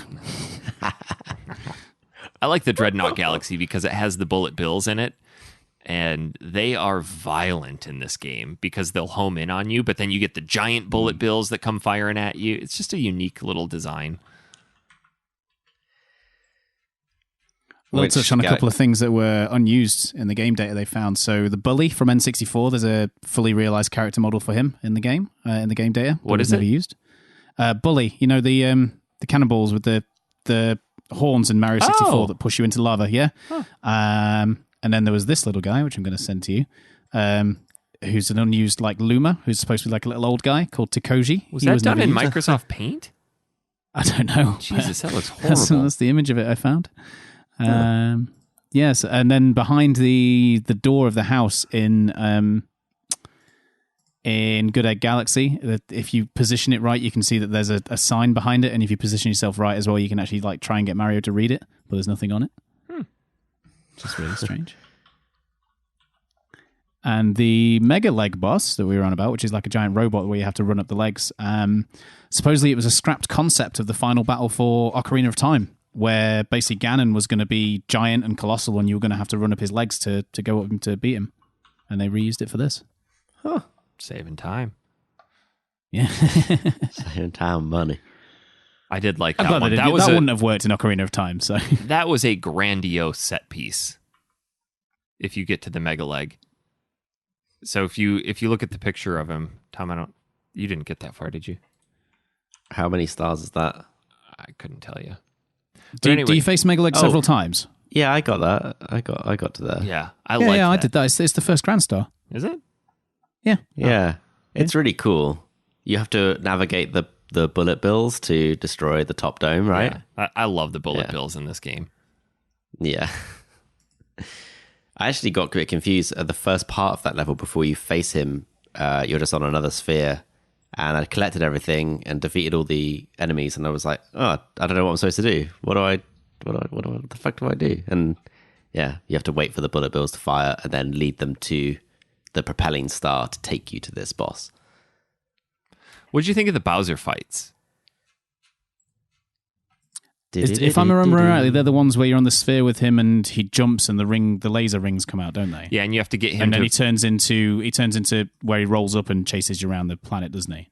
Yeah. So what happens? You have to get him to do a specific ground stomp on a very specific location. Then there's lava under there, and it burns him. He runs around. You have to then go hit him in his tail. He flips up onto his shell and then spins around the orb or the sphere, and you have to position yourself so that you can spin again to hit him. And then after 2 or 3 times, then you have to hit him multiple times in a row. But the final Bowser battle is long. I remember it being a bitch. Yeah, but it's good. It is definitely good. Did you do any of the sort of side ones? Like I mentioned the Sweet Galaxy earlier, but there was another one where all the tiles are blue question marks, and you have to flip them over to yellow. Yeah, I thought those were really cool. Those were fun. I like stuff like that. I love that. There are a few where 3D Marios. when you jump, it flips the board, so you have to platform yourself across. So time yourself so that, okay, I'm going to jump from here. There's nothing where I want to land, but by the time I land there, it'll flip up to be there. Damn. I like those. Very cool. Yeah. What else you got for us on Mario Galaxy? Yoshi was originally going to be in the first game. But they decided it would be too much at once. They basically thought that if you're going to put Yoshi in a game, he has to be a main element. But with people having to get used to the spherical landforms and gravity shifts first, it'd be a lot of new things to throw at people, which I kind of agree with. I think that's fair enough. Yeah. Yeah. There's on Rosalina's storybook, for some reason in the French version, there's an extra page that translates as basically saying something about her being back with her father and seeing his mustache, which has caused many kind of theories online about whether Mario or Luigi is Rosalina's father. Yeah, but I read a bunch of stuff debunking that. Yeah, me too. Yeah, here it is. In the French version of the game, second to last page, there's additional detail that's missing from other versions. When translated, this text adds, "I would like once every 100 years to return back to my blue planet and doze on the knees of my father, stroking the mustache that was his pride." Wait, so would she be stroking his mustache? Because that's weird. Yeah, that's weird. That's weird. I did have... so there was one bit of... She's randomly called Rosette in Japan. Rosetta was her name originally, and it was changed for international versions. The reason she was named Rosetta originally is because Rosetta is a special type of orbit. So, and for some strange reason, in the French version, she's named Harmony with an IE rather than a Y. Should we give her just a really quick overcap of what the Rosalina storybook is? Yeah, sure. Have you got it up? So I'm just going to go from memory here. Rosalina is this character that one day she came across this star child who had fallen to Earth and said, I'm waiting for my mom. She's supposed to be coming by on a comet can I stay with you until that happens? So Rosalina says, yep, sure, we'll keep an eye out for her. Days pass, weeks pass, years pass. And finally they said, well, maybe we should go looking for her. So they hop into a mushroom and take off. And they're hauling around through space and start collecting additional star bits, leaning out the window and grabbing star bits that end up becoming more Lumas. And she ends up at a different location. This is where it kind of gets murky for me. Ends up on a different planet, decides to become the mother or the protector of all these Lumas because they never ended up finding that Luma's mother's comet. And she goes through this stark depression because she misses being home, looks through a telescope at her home planet, can see the terrace and the house and the hill where she used to live, and gets really sad about it. And yeah, that's Rosalina. Is that the gist of it? Yeah, I think so. I like Rosalina though. She doesn't seem as like kind of helpless as Peach and Daisy. Yeah, she doesn't fall into those 70s and 80s female tropes. Yeah, exactly. Help me, Mario.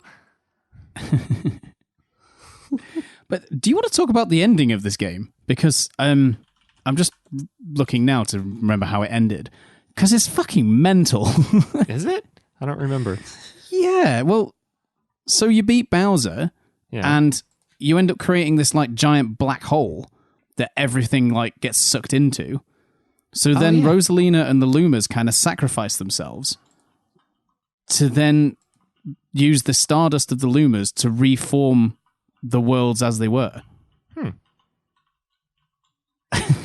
That's crazy. Yeah. Basically, everything gets destroyed in a black hole, dark. and Luma and Rosalina sacrifice themselves for everything to come back to life. Yeah. Wow. I forgot about that. Interesting. Left an impact on you then, Eric. Yeah.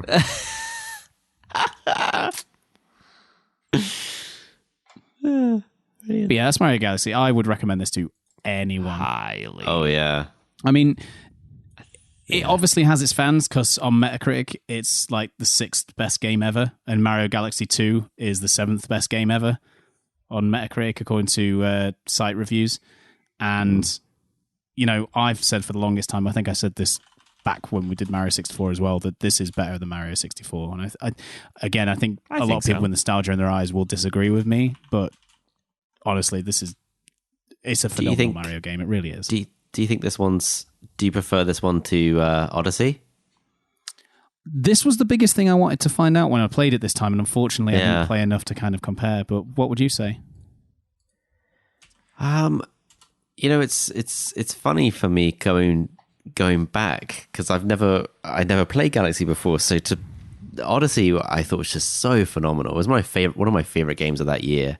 I loved everything about it. I had this just dumb smile on my face the whole time I was playing it because it was just packed full of nostalgia and life, and had so much charm, like a lot of these games do, Mario and Luigi games. And you know, the New Donk City stuff as well. I remember like the end of that level just being this incredible crescendo of it was just a celebration of Mario as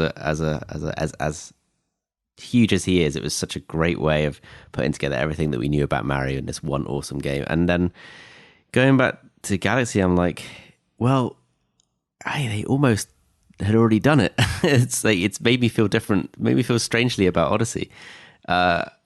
Odyssey feels like the anniversary edition of Galaxy, where Galaxy was like, here's how we want to do 3D Mario's going forward. Here's a really cool way of controlling Mario in 3D space, and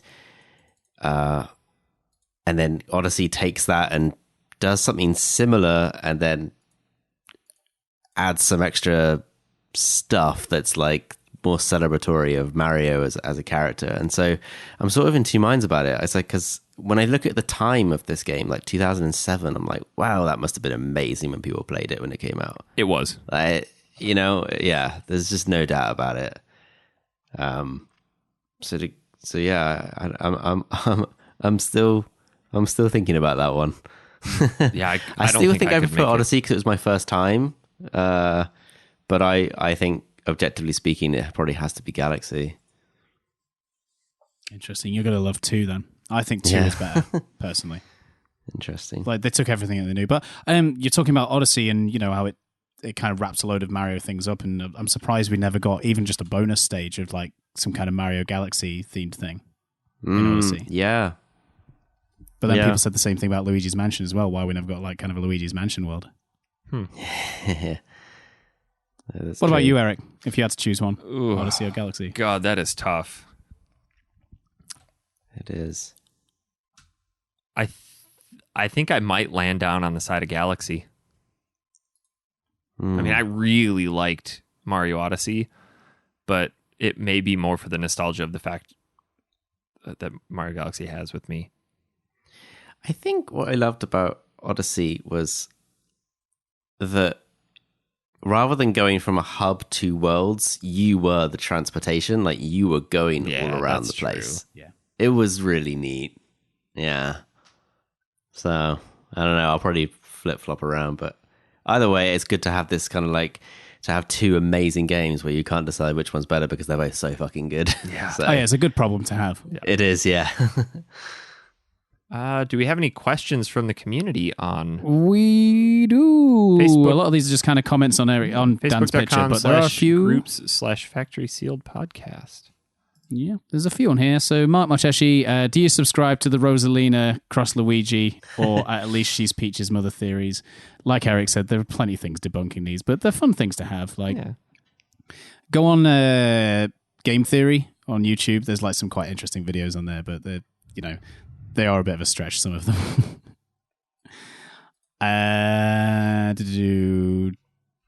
Jordan Luffrey, what are your top 5 Mario games of all time?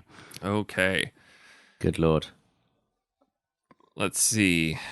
Let me get a second to think about this in the order that I want to go. I think Mario World would be my top one, easily. Oh, that is a solid game. That game.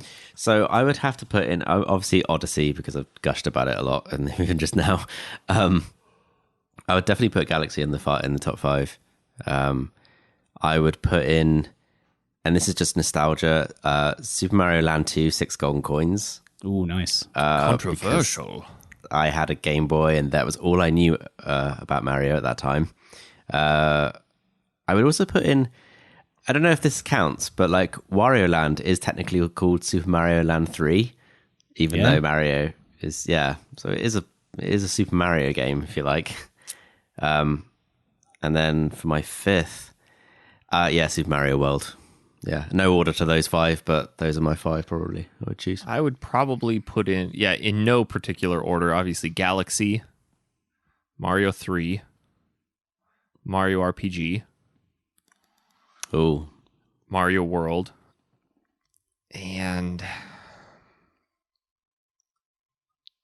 don't forget Yoshi's Island is actually Mario World 2. Yeah, I will pass on that one. I thought you loved that game. Oh, not the screaming baby Mario. Yeah, true. And Odyssey? Yeah.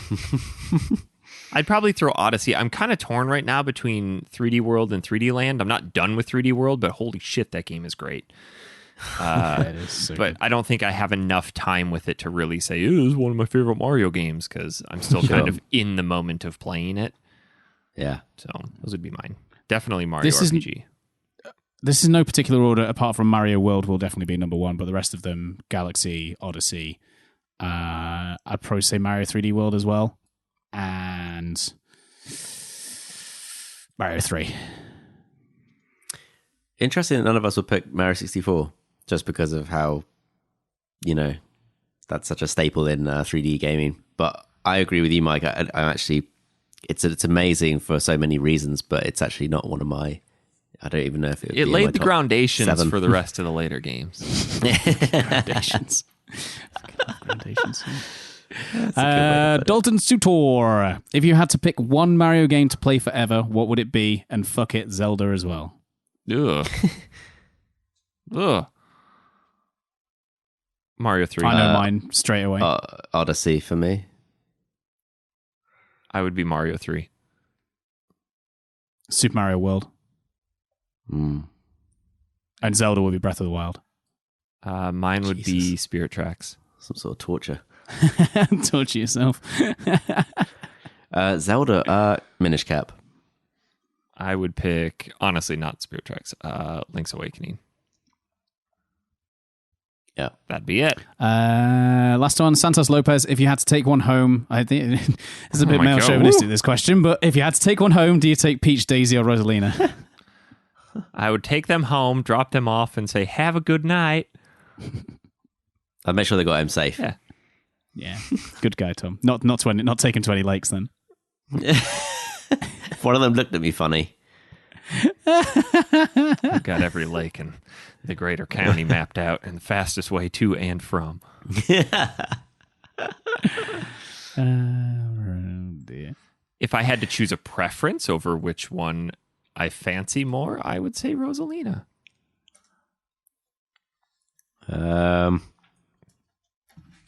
Yeah. Daisy's just not really my jam. Peach. I find Daisy Peach. kind of obnoxious. Yeah, okay, I'll go with And Peach, I think. Peach is a little pretentious. A little too helpless for my taste. Oh, Mario. Just quit getting kidnapped. Yeah, fair. Where did Daisy come from? No, that is not something I know. I'm trying to find. Is she I don't get. Where is she from? Maybe she's from Sunshine. Mario Tennis is where she came from. Really? Super Mario. Hold on. Yeah, I don't. Her first appearance in the Mario series is in Super Mario Land, released for the Game Boy. Oh, wow. What? She's a princess of Sarasaland. Yeah. Not sure. She's kidnapped by a tyrannical alien named Tatanga, who intends to marry her to gain control of her realm. And Mario has to save her, so he's going after two girls now. But she's often paired up with Luigi as his love interest. I don't know. I liked Super Mario Land, even though that's a weird game. It is a bit strange. The mechanics of it are kind of goofy. Yeah, It's a bit heavy. the music, the scale of Mario too, like he's tiny compared to the world. It's very strange. But when I think I've mentioned it on the show before, but my earliest memory of Mario isn't Mario Brothers for the NES. It's Super Mario Land. That I thought that was what Mario was. Oh boy. And I was happy with it. I thought, oh, that's all right. But yeah, because it had similar music and everything. Yeah. But yeah. Do we have any more questions? Yeah. No, that's it. Unless you've got any hidden emails. I don't. If you want to send us an email, factorysealed@manatank.com or podcast@factory-sealed.com. Both of them will somehow make it to us. Guys, we need to crown a straddling winner. We've pushed this off for far too long. Yeah. It is time to crown a champion. We had a good number of entries here. So I put, if you look in our show prep doc, I put all of the pictures with the name on there. So I've got it up on Facebook so I can zoom in and get the true straddle. Oh, I see. So we've got a... Have we all got them up? Yeah. Yeah. What about your pinkies? Let's see here. Let's start skimming through these. I mean, I've been looking at it as they come in, but we need to now dig into, is it a good straddle? Yeah. We're going to rate these. We normally go through and kind of rate them all. We got time, haven't we? Yeah, we got a little bit of time. So let's start off with Cody Halverson here. He's on top of what looks like a stone lion. It looks like it's almost made of sand. Yeah. I was about to say I can't tell if his feet are off the ground, but then you can see the outline of one of his shoes. Yep. The jury's out on his right foot. That could be resting on something. I'm not entirely sure, but I'll give him the benefit of the doubt. I think so. I'm going to give him the benefit of the doubt on that. The one thing I will... probably- There's two detractors to this, though. It looks like Dan took the picture at night. And he looks far too happy. Yeah, we need nonchalant. And- but what I do enjoy is the actual tiger statue itself has the perfect expression. Like, what the fuck is going on? I like the light as well at the back. The red light is cool. Yeah. That is nice. The one thing you'll notice, though, is that he is making a fist, not an open hand. He was thinking of Hank. Ooh. Yeah. He was thinking of Hank. Hank Fist. Hank Fist. Hank Fist. So that's Cody's. We've got, who's the next here? Rhett Nielsen. Brett Nielsen. All right. Break it down. Oh my Okay. God, I didn't realize he was on Rex from Toy Story. Yeah, that wins points for me, if I'm honest. That is great. So there's a lot of pretty. kids around. So the difficulty And- of that. Before we get to the straddle, I like the fact that, one, he's wearing like a captain's hat. Two, he's got like a Disney Mickey Mouse logo t-shirt that says Dad in like the Disney logo writing.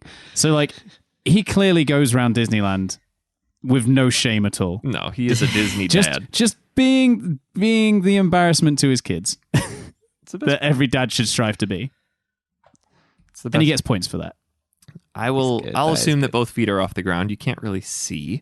It looks like it to me. They are not far, but they are. Yeah. There could have been more of a lean on this one.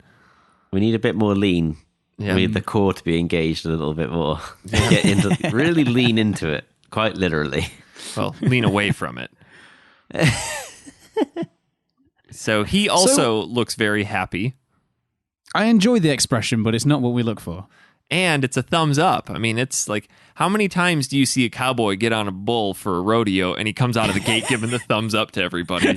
I mean, I would pay to see that. I mean, it'd be great. That would be cool. It would be great, but But again, the actual thing that he's straddling, so he's straddling a giant version of Rex from Toy Story. looks so and again, sad. the expression of Rex, like, oh, I why is he know. straddling me? The eyes. and if you know Rex's personality from the movie, he would be horridly disappointed. Like, what did I do to deserve this? And we've got some from Danielle Curtis. Solid straddles, but obviously he doesn't count. Yeah, he doesn't I count. do enjoy his shirt on the first one. Yeah, It looks like he's, for some reason, straddling a non-gold version of Rita Repulsa's dustbin that she climbs out of in Power Rangers. what? so specific. What a weird... But his second one is a straddle cannon, was so better. We'll give him that. But we won't rate Dan's too highly because It he's... is. But then we get on to another canon photo of one Dalton Suter. This is a strong entry. It is. jury's 'Cause it's out on got- that left foot, though. His left foot, that's definitely off the ground. Okay. That is definitely off the ground. Oh yeah. To Tom's point, there could be a little bit more of a lean. Engage that core, really get into it. But the expression That is spot on. top notch. It's- And the hand is also at the correct degree. The elbow could be up The a little elbow's more, at the and the right- shoulder could be a little bit more back. But I think that's a byproduct of not having the lean. But the pile of cannonballs to the side, that's Oh yeah, I was about to say. great framing. And wherever he is, looks really nice. It does. Somewhere in Florida. I mean, that's some firepower right there. Yeah, very good. That's a strong one. What do we got next here? Michael Davis. Oh boy, this looks not I like OSHA it. approved. I like this one. So he is straddling the front wheel of a truck. It's a fire And truck. the truck is... Yeah, oh, it is a fire truck. Yeah. So if you know anything about trucks, obviously when you work on the engine of them, the entire front of the cab tilts forward. And I didn't know that. this looks only part tilted. So, like, this is also really fucking dangerous. Because even when you're working on trucks, like, you generally, the idea is you make it go all the way over just in case, like, whatever's holding it fails and it falls down. And he is under that wheel arch. Sitting proudly. Yeah. I'm going to assume Expression that he is has perfect. Yeah, that expression's on point. I'm going to assume he's got a pinky up. Either that or his fist is holding the cab up from crushing him. It's amazing. I like this one. That This is a one. great straddle. If I had to choose a winner so far, it would be this. He's on. So Joshua Russell submitted an entry on behalf of his 5-year-old son, Colin. Yeah, our first ever child entry. But not our last in this as well. This kid he took first place in my eyes very early. Good elbow and hand. He has got situation. look at the backwards flick of that wrist. I mean, it's right there, and it's even turned in a little bit, and his elbows, the kid's got it. And that face, he's like, Dad, why the fuck are you making me do this? What's the Sega Genesis? Can I play Fortnite on it? I love it. The lion that he's on looks in utter distress, which I like. Yep. He does have a little bit of a lean on. I mean, as much as a 5-year-old can lean. It just looks like he wants to get back to doing something completely other than this, which is the exact perfect expression for a straddle. It really is. I love this one. This one's my favorite so far. The bar has been set. That is from a 5-year-old. I mean, that kid's going places. You have a bright future ahead of you, Colin. And then Scott Girardi threw his son into the mix. So The cow's expression. Scott lives in Wisconsin, where I used to live, and there is a small baby cow that his son looks like his son's wearing a Spider-Man helmet. Yeah. It is. Why is That's true danger, that is, if you need a helmet to straddle. Yeah, no kid. I'd like to know where this is, but he's got. It almost looks like he's doing if you look at the top left, it's something locker. Pick up and delivery. So Who knows? he has no Something bend market. in his elbow, and if his wrist was any more straight, I'd be concerned about what he was representing there and who he was hailing. True. I didn't notice that, but yes, good point. Scott, teach your kids some history. Feet at good elevation. Oh yeah, I mean, look again- at that would be the equivalent of you and me climbing onto something that's about shoulder height. So there's some danger there for that kid. That's why he's wearing a helmet. Yeah. Yeah. Again, the expression of the fake animal really helps here. Yeah. The cow's giving us the side eye. It does help. It definitely helps. Oh boy. You like this one, don't you? I like this one. So I'll let you go. I'll let you take this one. 'Cause I got Do you want me to, or I do you got want some to tell? things to say about it. So, Chad, is it Hager or Hager? Hager, I think. Hager, right, okay. Anyway, Chad, frequent contributor, has once again straddled some of his arcade units. Not one, but two. But he's given us two. One looks like a Neo Geo SNK one. One is Street Fighter 2 Championship Edition. I'll start off with one criticism. Can't see his hand really in either of them. No. So, but I think they're flat, judging by what it is. But They are. Chad understands form. He has got some elevation there. He is up. He is up there. Legs are basically horizontal. How is he holding Yeah, on that's to true. this? Yeah, and great lean, especially on the left. Can't look at his face. And I think Dan said this before, Chad. Like, no offense, but you're not a small man. So here's what gets me about the Neo Geo one. There's some danger involved in it. I mean, these cabinets aren't cheap. But look at those joysticks. Those joysticks are holding the entirety of his weight. And then the pièce de resistance of these pictures, that if Eric can get through his laughter. Go on. What? Just his face. Oh, his face is so good. Yeah, the expression is great. He understands. The one on the left is the best. Like, that is just Yeah. deadpan. You may as well be an oil painting at that. It's just utter confusion. I don't think he'll ever top his very first straddle entry of the Cozy Coupe car. No, that was his second one. Oh, his yeah. first one was his arcade cabinet before. Oh, was it? Then he did the Cozy Coupe. Yeah, the Cozy Coupe was last year. Oh, that's right. But yeah, Chad's got the face down. That is key. Okay, let's go on to Andrew Thorson. He has two submissions. Andrew Thorson. Again, A cannon. on a cannon. Yeah? A lot of cannons in America. How do you think we broke away from you guys? Just cannons. We didn't do it with tea and biscuits.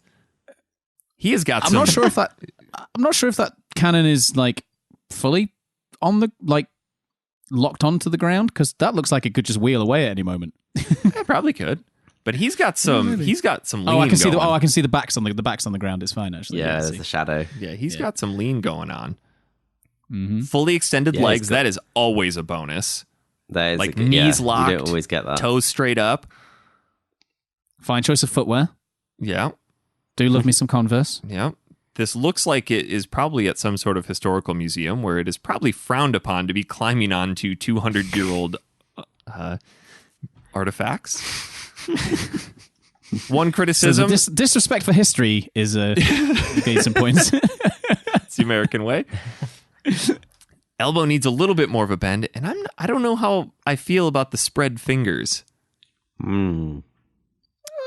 I'll allow it. Oh, it looks like he's just waiting for somebody to fly by and give him a high five. And a high five he would get. I would give him a high five for that. But I think Andrew's next photo really needs a little bit of attention. That's just Because it's nowhere near a straddle. He is basically Rogering a saddle. I think he got the word straddle and saddle mixed up, if I'm honest. Yes. I mean, there is... This is a treat. I don't The know. small cowboy hat gets some points. Yeah, I like the hat. The expression and of the Nintendo pure shirt. pleasure. What I mean, obviously, as straddles go, it's not a straddle in the least bit, but it's funny. it is. It is. And then we've had our first video entry. My God. Previous champion from last year. Dan C. Gilbert. Yes. Our very first video entry, and my God. So Dan C. Gilbert is a music teacher. And Oh my he God. shared some stuff that he's created in the past. But he is clearly in his classroom, straddling his piano, and then he pulls up a... I always mix these up. I'm just going to call it a tuba. I think It's not I a was going tuba. to say it looks like a tuba. It's not a tuba, but it's the one It's that... not a tuba. It's the one that goes around you. Is that a baritone?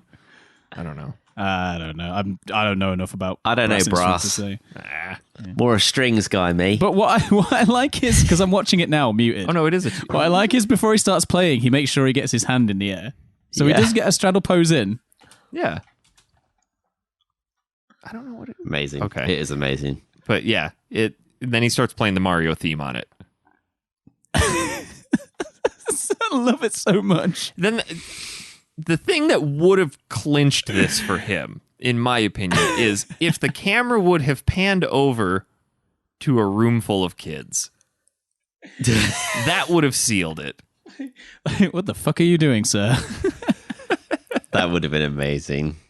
Don't worry, I'm trying to win a Sega Genesis Mini, kids. Mr. Gilbert, you're weird. What's that, sir? Can I play Fortnite on it? Shut up. But he posted this, and I was like, "Oh, video entry! Like, what the fuck's going on?" And then you just see him like he does. There is a little bit of struggle getting the instrument up there. Imagine if he would have dropped it. like, what is he going to do? And then suddenly just go.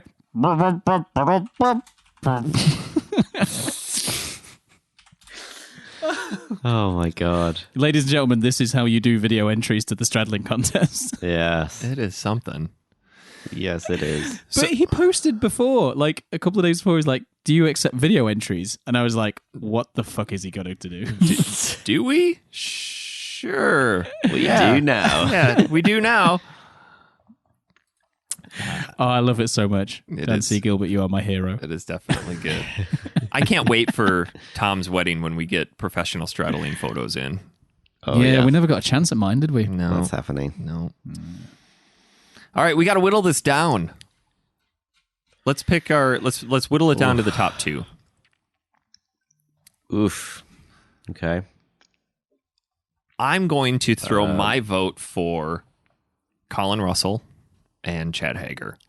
Those are my top two. Which one was Colin Russell? The kid on the lion, Jay Jorgensen. Oh, yeah, or Josh Russell.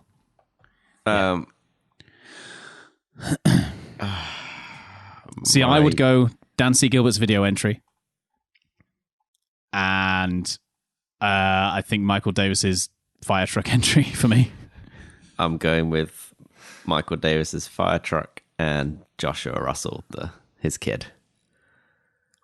And Dan we didn't ask him for 2, so we only asked him for 1. And what did Dan say? I will double check because I can't remember. I think he said Chad. Yeah, I think he said Chad. So the 2 that get 2 votes are Josh Russell and Chad Hager. Between the 4 of us, those are the ones the 2 highest. Oh, but Michael Davis also has 2. Oh, okay. So we've got our top 3. We got to pick a winner. Yeah, he said Dan definitely said Chad. I've just double checked. Ooh. So who are we deciding between? Okay, Michael Davis, Joshua Russell, and Chad Hager. Ooh, tough. Obviously, Dan's voted for Chad, so yeah. So I have to choose my favorite of those 3. Yeah. I think what we got to boil it down to is we have to boil it down to the actual success of the straddle. Okay. And what is being represented. See, I could say, although the danger gets plenty of points on Michael Davis, but I suppose I could argue that there's not much lean there and his hand isn't completely flat, which is understandable because he can't get it flat. He's got the expression. Exactly. Yeah, the expression is to a T. But I think if we're looking at the one that we can see literally every aspect of is Joshua Russell. We can see the hand, we can see the elbow, we can see the feet off the ground, the expression. Like, it's a good framed picture. Yeah. I mean, I'm not going to doubt Chad Hager. I'm sure he's up there, but I can't see what his other leg's doing. Who knows if his wife is back there holding on to it. Yeah. Yeah, who knows? It's definitely not on the floor. Because you'd see the position on the left-hand photo, you'd see his leg going down. I guess if I had to whittle it down to 1, I would probably go with Joshua Russell. I think that's where my money's going to land. Yeah. Okay. Yeah. Yeah. Way to go, it's Colin. Good. Yeah. Fantastic lean. It does hands in the right place. We see both everything. They're quite Great elevated. Expression. Hand is right there where it needs to be. It's an animal. Looks like he has disdain for Josh taking the photo. Congratulations, Colin. You have won a Sega Genesis Mini that does not play Fortnite. Yay. It's actually a pretty sweet console. It is. I've put a little bit of time into it. Your kid's been playing it. Yeah. Sorry, I didn't have it ready early enough. Oh, God. Okay, so one other thing that I will be sending out this week. We are doing our second factory sealed Secret Santa. We've got some pretty good response from that. Last year, Sorry, hang on. Do you have a Christmas themed ham horn? I don't think so. Sorry. Last year we only had like. I'll see if it's got sleigh bells on. Maybe. Year... hang on. No, I do have a Christmas one. Wait. Oh, get it? Because Mike doesn't like Christmas. Yeah. Last year we only had about 13 or 14 people. This year I put out the poll. About 30 people are interested in doing it. So if you do want to be a part of it, we do suggest that you pop into the Facebook community. That way you get to know the people. Facebook.com/group/Factory Seal Podcast. That's where I'm going to be posting the sign up for it. Just because it is something a little bit more of a community feature. That's where you can find it. So I'll be posting the link to that form, and then I'll probably give people about a week to sign up. We're going to do it the same as we did last year, around $25. You can spend more if you want to. And I think we have a couple people who are going to be overseas. So I'll have a spot in there where, if you're okay with paying for shipping overseas, then, select that. If not, we'll keep you local. But yeah, Secret Santa coming up. You guys going to take part this year? I am not. I may well do. Mainly just because the majority of our listeners are across the US, and it's not fair for me to expect them to I can post it pair all you this up way. with Phil Gartside. I mean, it won't be very secret, will it? I'll edit that part out.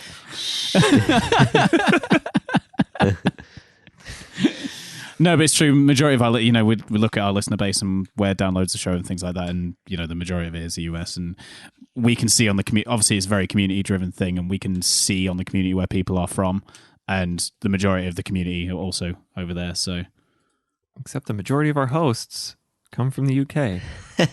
yeah, God, Isn't that funny? sweet, sweet English accents. the tones. Looking ahead, what is next, fellas? Square Simulator? Bat person. Well, funnily enough, I was playing it yesterday. I haven't hit square once. Yeah, because you're playing on a system that doesn't have Square. I'm going to play it on PlayStation just so I can bitch about pressing Square. Because I know if I played it on Xbox, regardless of how good it's going to look, you're like, yeah, but you didn't press Square once.